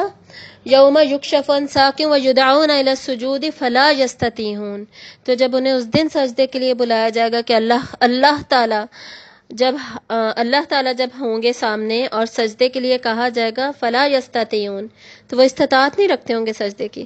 خاشعۃ ابصارہم ترہقہم ذلہ، چھاری ہوگی ان کے چہروں پر ذلت اور آنکھیں ان کی جھکی ہوئی ہوں گی شرمندگی کے مارے۔ کیوں؟ وقد کانوا یدعون الی السجود وہم سالمون، جب سالمون تھے، سلامت تھے، ٹھیک ٹھاک تھے، صحت مند تھے، تندرست تھے، دنیا میں تھے، سجدوں کی طرف بلائے جاتے تھے، یدعون الی السجود، سجدوں کی طرف بلائے جاتے تھے، نہیں کرتے تھے پھر سجدہ، تو اس دن آنکھیں شرمندگی سے پھر جھکی ہوئی ہوں گے۔ خاشعۃ ابصارہم ترہقہم ذلہ، چہروں پر ذلت چھائی ہوئی ہوگی، تو نماز نہیں پڑھتے ان کا کیا حال ہوگا؟ سورۃ الماعون میں ہم کیا پڑھتے ہیں؟ فویل للمصلین، ہلاکت ہے ان نمازیوں کے لیے الذین هم علی صلاتهم ساہون، جو اپنی نمازوں میں سستی برتتے ہیں، اپنی نمازوں کے ساتھ برا حال کرتے ہیں۔ ایک تو پھر جو نماز نہیں پڑھ رہے ان کا وہ تو ان کی تو پھر سٹوری ہی ختم۔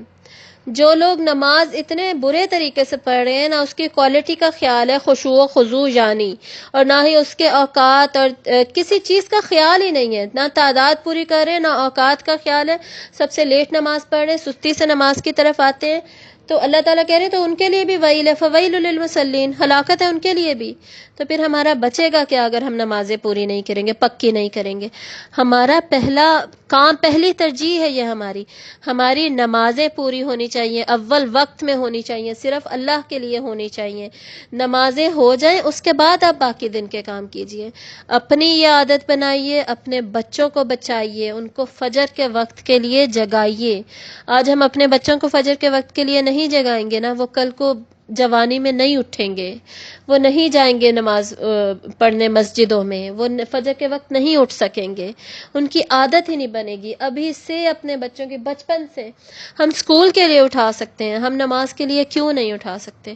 سردیوں میں اندھیروں میں ہم اسکول کے لیے اٹھا رہے ہوتے ہیں، جن کو جو فجر کے لیے اٹھتے ہیں نا بچے، وہ پھر ان کی اسکول لائف بھی پھر ایزی ہو جاتی ہے، ان کے لیے صبح تیار ہونا، ناشتہ کرنا، سب کچھ آسان ہو جاتا ہے۔ اور فجر کے وقت تو قرآن پڑھنے کی بھی اتنی زیادہ عظمت ہے۔ ہم نے سورۃ المزمل میں نے کوٹ کیا تھا، ان قرآن الفجر کان مشہودا، فجر کا جو قرآن ہے وہ مشہودا، اس کو دیکھا جاتا ہے، سنا جاتا ہے، اس کو اللہ تعالیٰ، فرشتے اس کو دیکھ رہے ہوتے ہیں، سن رہے ہوتے ہیں۔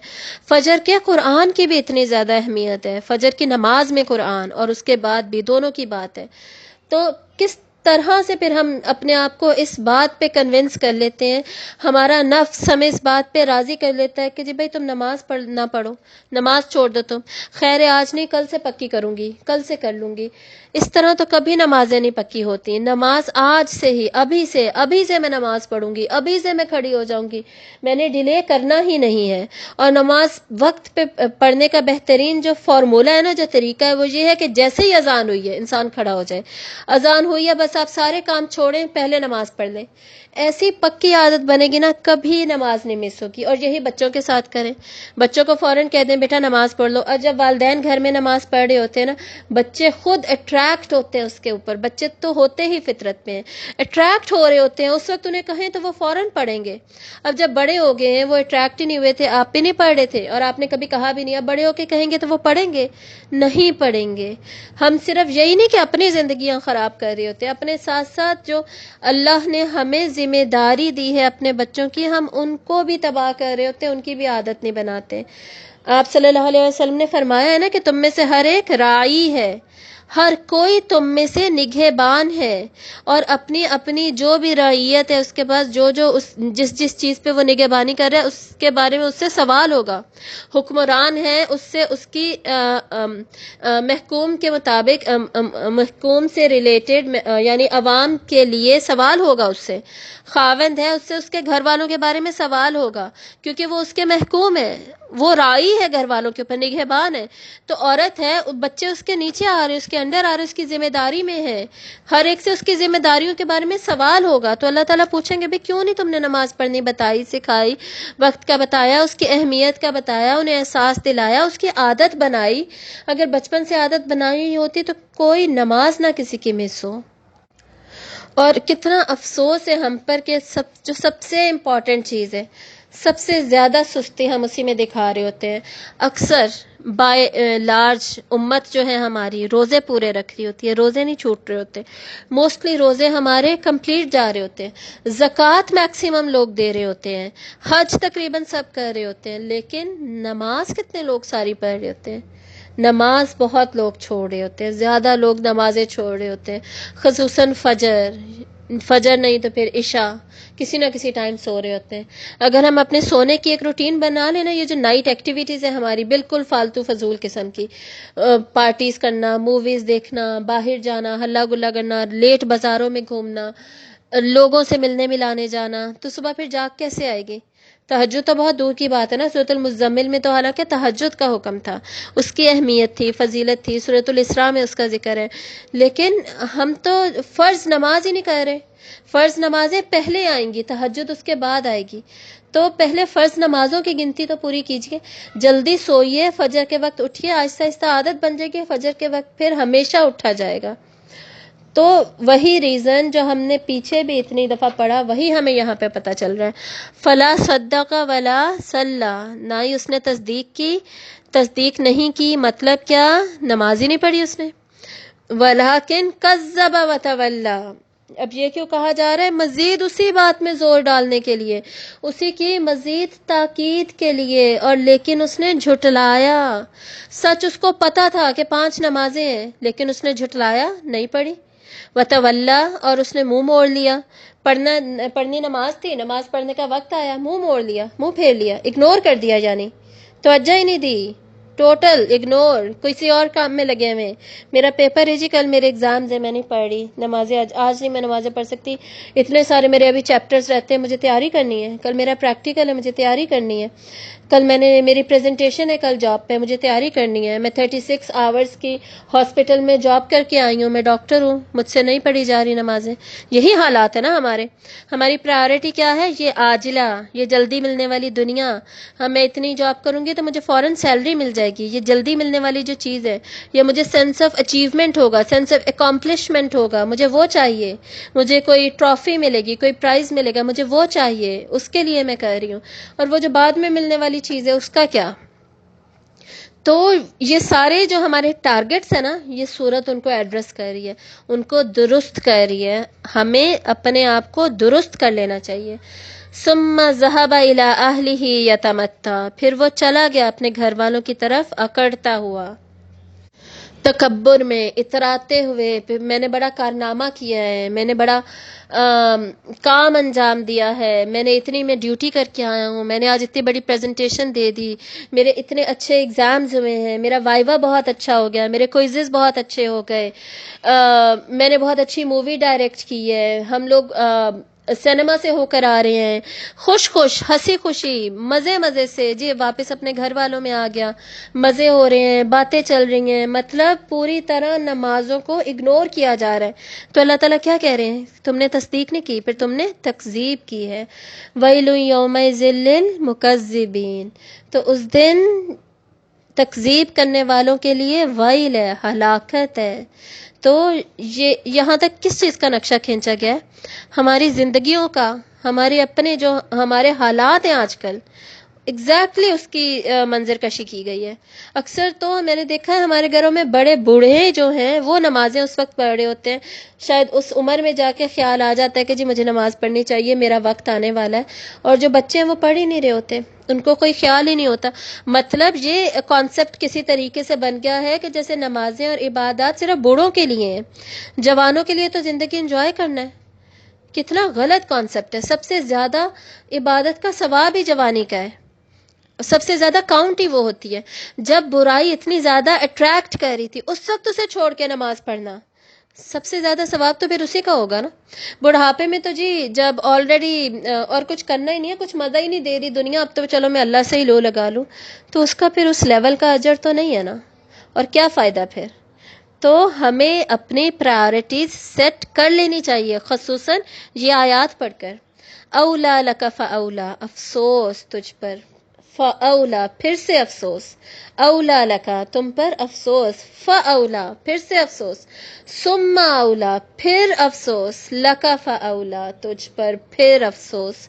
4 دفعہ ایسے انسان پر افسوس کیا جا رہا ہے جس کے یہ حالات زندگی ہوں گی، اپنے گھر میں گیمز کھیلنے میں، پارٹیز میں، ہر چیز میں انوالوڈ ہے، دعوتوں میں لگے ہوئے ہیں، مہمانوں کو بلا رہے ہیں، لوگوں کے گھروں میں جا رہے ہیں، تیار ہونے میں وقت گزار رہے ہیں، بچوں کو تیار کر رہے ہیں، چلو چلیں ملنے، یہ وہ نمازیں جا رہی ہیں، نمازوں کی فکر ہی نہیں ہے۔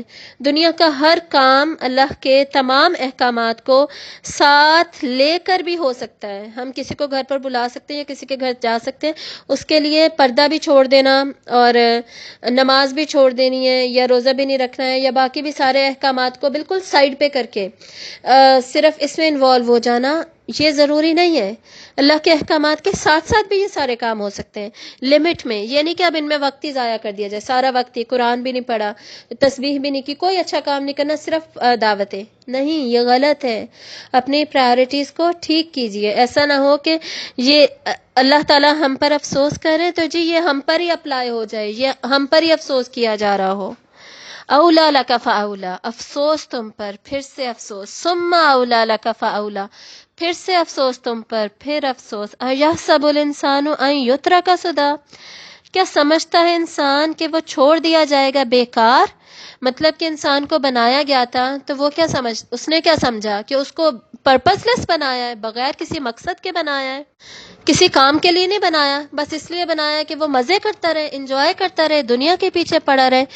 کوئی اس کا جو ڈیوائن پرپز ہو، اس کا جو اللہ تعالیٰ نے جو اس کے لیے پرپز سیٹ کیا ہو، جو الٹیمیٹ پرپز ہو، بیسیکلی یہ میرا مطلب تھا، الٹیمیٹ اس کا پرپز ہو جس کے لیے اس نے دنیا گزارنی ہے، آخرت کو اچیو کرنا ہے، نظر قیامت پر ہونی چاہیے تھی، وہ تو اس نے کیا ہی نہیں، اس نے نظر رکھی ہی نہیں، اس نے قیامت کو تو وہ اگنور ہی کرتا رہا۔ تو وہ کیا یہ سمجھتا تھا کہ اس کو ایویں پیدا کیا، بیکار ہی پیدا کیا، مزوں کے لیے پیدا کیا ہے، اپنی مرضیاں چلانے کے لیے پیدا کیا ہے کہ جو میرا دل کرے گا میں وہ کروں گی، جو میری مرضی میں کروں گی۔ میرا دل نہیں چاہ رہا نماز پڑھنے کا، میں نہیں پڑھ رہی، امی نہیں چاہ رہا نا میرا دل، میں نے نہیں پڑھنا، امی بار بار نہ بولے نا، بس امی ایک ہی دفعہ بول دیا کرے نا۔ یہی حالات ہے نا ہمارے، ہم اسی طرح کرتے ہیں نا۔ اور اللہ تعالیٰ کی مرضی تو ہمارے سامنے کوئی میٹر ہی نہیں کرتی نا، کوئی اس کی کوئی اہمیت ہی نہیں ہے۔ ایون امی ہمیں 4-5 دفعہ کہہ دیں نا، جس کے والدین سخت ہوں، وہ امی والدین کی سختی سے اٹھ کے نماز پڑھ لیتا ہے۔ اب اللہ تعالیٰ کے بار بار آ کر بولیں پھر انسان نماز پڑھے گا؟ بھئی اللہ نے قرآن میں لکھ دیا، کیا اتنا کافی نہیں ہے؟ یہ قیامت سے ڈرانے والی آیات دے دی، ان سے خبردار نہیں ہو جانا چاہیے تھا؟ کیا اتنا کافی نہیں ہے؟ والدین کے تو ایک جوان انسان کو والدین کے کہنے کی ضرورت بھی نہیں ہونی چاہیے، خود ہی قرآن پڑھ کر ہی، حدیث پڑھ کر ہی عقل سمجھ آ جانی چاہیے۔ کیا ہمیں نہیں پتا کلو نفس ذائقۃ الموت، ہر ایک نے موت کو چکھنا ہی چکھنا ہے، ہر ایک پہ موت آنی ہے؟ کیا ہمیں نہیں پتا نماز فرض ہے؟ تو پھر اللہ کی مرضی کو ہم اتنا ایزی لے رہے ہیں، مان ہی نہیں رہے اللہ تعالیٰ کی، حالانکہ وہ رب ہے۔ وَرَبَّكَ فَكَبِّرْ، اس رب کی کبریائی بیان کرنی ہے۔ جب کبریائی اس کی ہے تو پھر ہمارے تکبر کی، ہمارا اکڑنا، جیسے اس آیت نمبر 33 میں تھا یتمتع، تو پھر ہماری اکڑ تو کچھ نہیں ہے، پھر کسی کام کی نہیں ہے، ہونی ہی نہیں چاہیے۔ تو اللہ نے انسان کو بیکار پیدا نہیں کیا، بلکہ اس کو ایک مقصد دیا ہے۔ کیا انسان ایسا سمجھتا ہے اگر وہ بیکاری کو ہی اپنے لیے سوٹیبل سمجھتا ہے تو وہ اپنا دماغ ٹھیک کر لے۔ اللہ نے تمہیں اتنی صلاحیتیں دی ہیں، اتنا تمہیں ذمہ داریاں دی ہیں، ہر چیز کا سوال ہوگا، تمہیں مقصد دیا ہے، وہی صلاحیتیں یوز کر کے وہ اچیو کرنا تھا، وہ تم نے نہیں کیا، پوچھا جائے گا تم سے۔ الم یکو نطفۃ من منی یمنا، کیا نہ تھا وہ ایک نطفہ منی کا جو ٹپکایا جاتا ہے؟ کیا وہ ایک ڈراپلیٹ نہیں تھا؟ ایک فلوئڈ کے، پانی کے قطرے سے کیا انسان نہیں بنا تھا؟ اسی سے بنا تھا نا۔ اوقات کیا تھی انسان کی؟ یہاں پر اس انسان کی اوقات کا نقشہ کھینچا جا رہا ہے۔ اتنے سے تو تم بالکل حقیر چیز تھے تم۔ جب بھی آپ کوئی پانی کا ایک قطرہ گرا ہوا دیکھے نا تو اسی سے امیجن بس کر لیا کیجئے کہ جی ہم اتنے حقیر تھے کہ ایک پھونک مارو وہ پانی کا قطرہ اٹھ کے ختم ہو جائے، پاؤں رکھو گزر کے چلے جائیں، کپڑا مارو ختم ہو جائے، کچھ نہیں تھا انسان، اتنا کم تھا، اتنا چھوٹا تھا۔ اس سے اللہ تعالیٰ نے اسے بنایا، ثم کان علقۃ فخلق فسوی، پھر ہو گیا وہ جمع ہوا خون، پھر اس نے پیدا کیا، پھر اس نے اسے درست کیا، یعنی پھر وہ ایمبریو بن گیا، پھر اس نے اسے پیدا کیا انسان کو، پھر اسے بچہ بنا دیا، پھر اسے درست بھی کر دیا۔ درست مطلب مکمل کر دیا، یہ نہیں کہ جی 2 ٹانگوں کی جگہ 6 ٹانگیں لگا دی، درست ہی نہیں کیا۔ درست کیا نا، ایک ٹانگ اتنی چھوٹی چھوڑ دی، کتنی بڑی کر دی، ایسا تو کچھ نہیں ہے نا۔ جو ڈسیبلٹیز ہوتی ہیں، ریئر کیسز کی میں بات نہیں کر رہی ہوں، ہم بات کس کی ہمیشہ کرتے ہیں؟ رولز کی، جو میجورٹی پہ جو اپلائی ہوتا ہے ہمیشہ اس کی بات کی جاتی ہے۔ ایکسیپشنز رولز نہیں بناتی ہیں، ایکسیپشنز رولز کو بلکہ رولز کی ہیلپ کرتی ہیں، رولز سمجھنے میں ہیلپ کرتی ہیں ایکسیپشنز۔ تو یہاں پر ہم رولز کی بات کر رہے ہیں۔ اللہ تعالیٰ نے کیسی خوبصورت صورتیں اللہ تعالیٰ نے ہماری بنائی، 2 ہونٹ بنائے، کسی کے 4 ہونٹ تو نہیں بنا دیے نا۔ تو درست کیا اللہ تعالیٰ نے، ایسا اللہ تعالیٰ نے حقیر چیز سے تمہیں اتنا خوبصورت عزت والا بنانا شروع کیا، اندر سے بھی باہر سے بھی۔ فجعل منہ الزوجین الذکر والانثی، پھر اس نے بنایا اس سے جوڑا، مرد اور عورت، یعنی مرد بھی بنائے اور عورتیں بھی بنائے۔ اتنا مکمل تمہیں کر دیا، مکمل انسان تمہیں بنا دیا، کچھ نہیں سے تمہیں بہت کچھ بنا دیا۔ اور تمہارے حالات کیا ہیں کہ تمہاری اکڑ ہی نہیں جا رہی۔ تمہاری وہ اوقات تھی، اس اوقات سے اٹھا کر اللہ تعالیٰ نے تمہیں اتنے خوبصورت طریقے سے مکمل کیا۔ تمہیں پھر کس چیز نے دھوکے میں رکھا ہوا ہے کہ تم اللہ کی مرضی کے مطابق چل نہیں سکتے، اللہ کی نمازیں نہیں پڑھ سکتے، اور تمہیں لگتا ہے کہ قیامت کا دن نہیں آئے گا؟ ابھی جس خدا نے تمہیں حقیر سی چیز سے ایک مکمل انسان بنا دیا، لقد خلقنا الانسان فی احسن تقویم، اتنے احسن خوبصورت ایک تقویم میں، خوبصورت تخلیق میں تمہیں بنا دیا، تو تمہیں کیا لگتا ہے کہ پھر اللہ تعالیٰ تمہیں دوبارہ زندہ نہیں کرے گا؟ اور ابھی بھی تم اپنی ہی مرضی چلاتے رہو گے، اور بعد میں بھی تمہاری ہی مرضی چلے گی کہ جی قیامت قائم نہیں ہوگی۔ جو بھی تم سوچ رہے ہو، جن طریقوں میں تم لگے ہوئے ہو، یخوضوا ویلعبوا، ہم نے سورۃ المعارج میں پڑھا تھا، کھیل کود میں، بحثوں میں، تماشوں میں لگے ہوئے ہو کہ جی نہیں یہ تو ہونا ہی نہیں ہے، جی ہوگا بھی تو بس ٹھیک ہے، دیکھی جائے گی، ہو جائے گی، چل جائے گی، بس بچ جائیں گے، کچھ نہیں ہوتا۔ تو کیا ایسا ہوگا؟ اتنا ایزی لے رہے ہو تم۔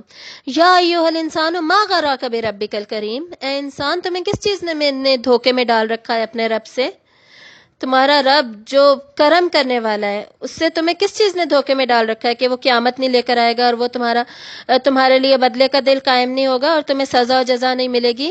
الذی خلقک فسواک فعدلک، یہ ہم سورۃ الانفطار میں سیم اسی طرح کی آیات ہے کہ اسی نے تو تمہیں پیدا کیا، تمہیں بنایا، تمہیں فی ای صورت ما شاء رکبک، کتنی اچھی صورتیں بنائی تمہاری. کلا بل تکذبون بالدین، اور تم یوم الدین کا انکار کر رہے ہو. تکذبون بالدین، تم اس کی تکذیب کر رہے ہو، قیامت کے دن کی پھر بھی تکذیب کر رہے ہو.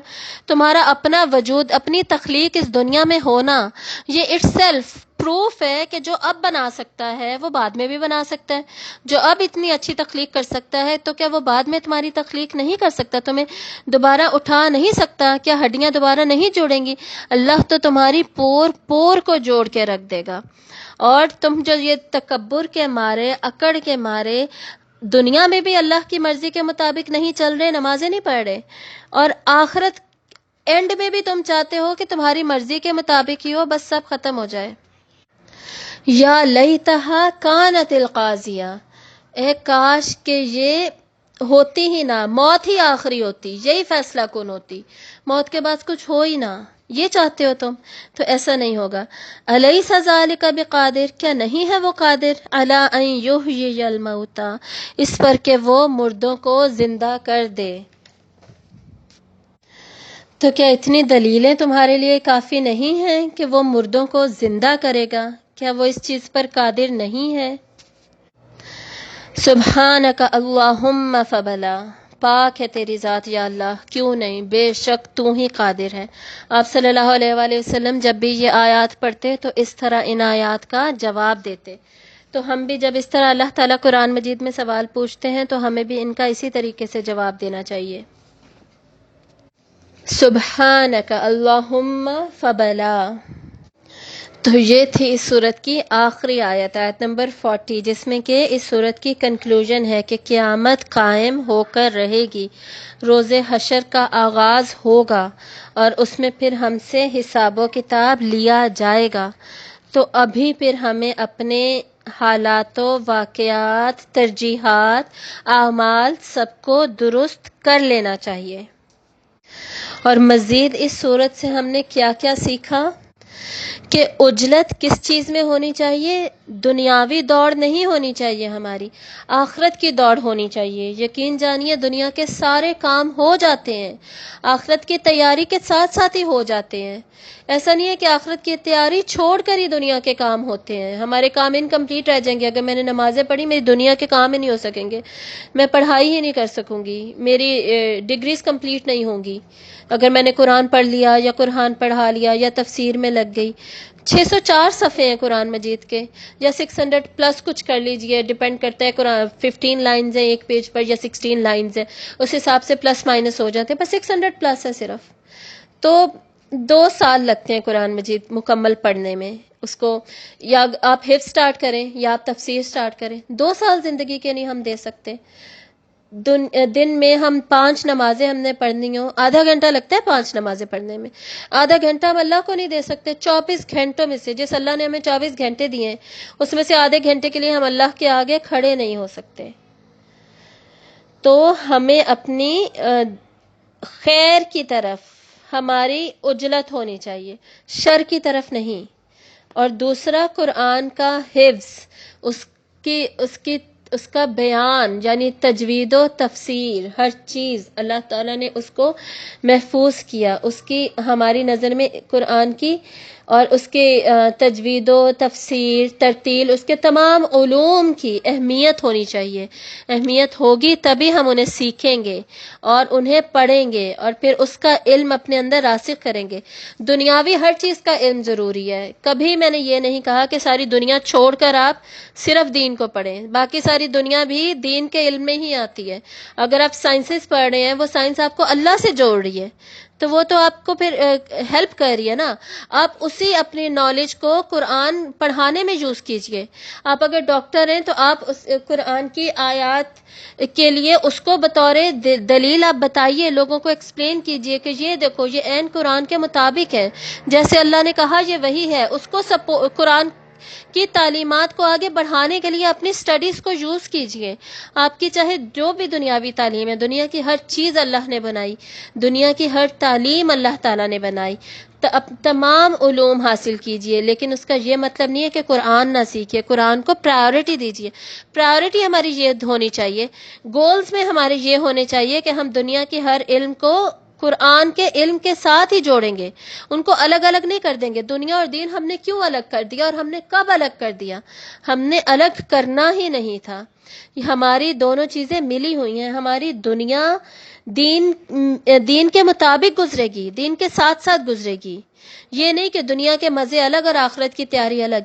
دنیا کے جو مزے ہیں نا وہ دین کے احکامات کے امبریلا کے انڈر ہوں گے، اس کے سائے میں چلیں گے. ہم دین پہ عمل کرتے کرتے بھی انجوائے کر سکتے ہیں. تو ہماری زندگی اس طرح قرآن کے احکامات کے مطابق چلنی چاہیے. قرآن کو ہم نے وقت دینا ہے. وہ قرآن جس کی ذمہ داری، جس کے جمع، تدوین، تفسیر، حفاظت، ہر چیز کی ذمہ داری اللہ نے لی، تو کیا ہمیں اس کا حصہ نہیں بننا چاہیے؟ وہ کلام جو اللہ کا کلام ہے، کیا اسے ہمیں اہمیت نہیں دینی چاہیے، یا صرف اتنی اہمیت دینی چاہیے کہ جی باندھ کے ہم اوپر اپنی الماری میں رکھ لیں؟ یا دوسرا ہم کام کیا کرتے ہیں، دلہنوں کے سر کے اوپر سے گزار رہے ہوتے ہیں. ایک تو یہ جو رسمیں ہیں نا ہماری، عجیب سی جو رسمیں ہم نے بنا رکھی ہیں، کوئی فائدہ نہیں ہے اس رسم کا. قرآن مجید پڑھنے سے برکت حاصل ہوتی ہے، اس کو سر پہ رکھ کے لے جانے سے میں نے تو آج تک کہیں کسی کتاب میں نہیں پڑھا، کسی حدیث کی کتاب میں، تفسیر کی کتاب میں، قرآن میں کہیں نہیں ہے کہ جی سر کے اوپر سے قرآن گزارنا ہے تو جی برکت ہوگی. قرآن پڑھنے سے ہماری زندگیوں میں برکت آتی ہے، قرآن سننے سے برکت آتی ہے، وہ سمجھنے سے آتی ہے، اس پہ عمل کرنے سے آتی ہے. دلہنوں کے سر پہ گزارنے سے گھروں میں برکتیں نہیں آتی ہیں. خدا کا واسطہ یہ جو رسمیں ہیں ان کو پلیز ختم کیجیے اپنی لائف میں سے. نماز کی اہمیت ہم نے اس پہ ڈیٹیل میں بات کر لی، اسی لیے، اور ہر لیکچر میں آج کل تو ہم اس پہ بات کرتے ہیں کیونکہ 29 پارے میں بہت زیادہ ذکر ہے نماز کا. تو اب تک ہمیں یہ سمجھ آ جانا چاہیے، اور ہماری ایک بھی نماز مس نہیں ہونی چاہیے. اور قیامت، اور صرف قیامت کبریٰ ہی نہیں، قیامت صغریٰ یعنی اپنی موت کو ہم نے مسلسل یاد کرنا ہے، یاد رکھنا ہے، اس کے بارے میں سوچنا ہے. اور جب ہم اس کے بارے میں سوچیں گے، اگر ہم اس کو اگنور کریں گے نا، دماغ میں سوچیں گے نہیں کہ جی مجھے ٹینشن ہوتی ہے، مجھے ڈپریشن ہوتا ہے. ہم آپس میں 4-5 لوگ بیٹھے ہوتے ہیں، ہم دوسرے کو موت کی بات نہیں کرنے دیتے کہ جی مجھے پریشانی ہوتی ہے، مت کرو بات، ٹینشن نہ دو مجھے، یہ باتیں پھر کبھی کر لیں گے. نہیں، بلکہ یاد کریں اس کو، تاکہ ہمارا فوکس ہی اس پہ رہے. پھر ہم غیبت نہیں کریں گے کسی کی، پھر ہم الزامات نہیں لگائیں گے کسی پر، پھر ہماری جو ٹارگٹ ہے نا اسی کو اچیو کرنے میں ہم لگے رہیں گے، ہماری نظر ہی آخرت پر ہوگی. تو قیامت اور موت کو یاد رکھیں، اور دل کو زندہ رکھنے والی چیزیں ہی یہ ہیں. آپ صلی اللہ علیہ وسلم نے کیا فرمایا؟ اگر تم چاہتے ہو کہ تمہارے دل کو زنگ نہ لگے، تمہارا دل زندہ ہی رہے، تو اس کے لیے 2 چیزیں آپ صلی اللہ علیہ وسلم نے ہمیں حدیث میں بتائیں. ایک، موت کو یاد رکھنا، دوسرا قرآن کی تلاوت کرنا، ذکر کرنا. تو ان دونوں کو اپنی لائف کا حصہ بنائیے. اس صورت میں جتنے بھی مناظر ہم نے پڑھے ہیں ان میں اپنے آپ کو رکھ کر سوچیے. اگر ہم اس میں دوسرے کو ہی رکھ کر سوچیں گے تو ہم اپنی درستگی، اپنی اصلاح، اپنے اعمال کی اصلاح کبھی بھی نہیں کر سکتے. تو ان کی اصلاح کی ضرورت ہے، ہمیں اپنی اصلاح کی ضرورت ہے. اپنے آپ کو رکھ کر سوچیں گے تو ہمارے رونگٹے کھڑے ہوں گے، تو ہم کانپیں گے، اور کانپیں گے تبھی ہم اپنے آپ کو درست کریں گے. توبہ کیجئے. یہ آیات پڑھ کر ہمارا یہ حال ہونا چاہیے کہ ہم اللہ تعالیٰ سے توبہ کریں، ہم اللہ تعالیٰ سے مغفرت کی دعائیں مانگیں. جو پیچھے گزر گیا، برے اعمال ہمارے گزر گئے، نمازیں ہماری چھوٹ چکی، جو ہم سے مس ہوا، ہم اچھے کام نہیں کر سکے یا ہم برائیاں ہی کرتے رہ گئے، اس سب کے لیے توبہ کیجئے. اور توبہ میں کیا شامل ہوتا ہے؟ وہ کام دوبارہ نہ کرنے کا عہد، اس پر شرمندگی، اور پھر مغفرت. تو یہ سب کیجئے. حضرت آدم علیہ السلام کو اللہ تعالیٰ نے جو پہلی دعا سکھائی وہ کیا تھی؟ مغفرت کی دعا. اور انسان جو آخری دعا مانگے گا وہ کیا ہے؟ سورۃ تحریم میں پڑھ چکے ہیں نا ہم، وہ بھی مغفرت کی دعا ہے. تو ہم اللہ کی مغفرت کے لیے دبے ہوئے ہیں، جھکے ہوئے ہیں، ہم عاجز ہیں اللہ کے آگے، اس کے بغیر ہمارا گزارا ہی نہیں ہے۔ تو مغفرت مانگتے جائیے اور اپنی زندگی کو اللہ کی مرضی کے مطابق گزاریے۔ اپنی اوقات یاد رکھیں ہمیشہ، وہ ایک حقیر سے نطفے سے تو ہم بنے تھے، ہماری اوقات ہی کیا ہے پھر؟ اتنی اکڑ کہ اپنی مرضی کے آگے کچھ نظر ہی نہیں آتا۔ نہیں، یہ غلط ہے، انسان عاجز ہے، کمزور ہے، رب ہمارا صرف اللہ ہے، چلے گی تو صرف اللہ کی، ہم مانیں گے تو صرف اللہ کی۔ اللہم انک عفو کریم تحب العفو فاعف عنی۔ اللہم تقبل منا ومنکم۔ سبحانک اللہم وبحمدک اشہد ان لا الہ الا انت استغفرک واتوب الیک۔ السلام علیکم ورحمۃ اللہ وبرکاتہ۔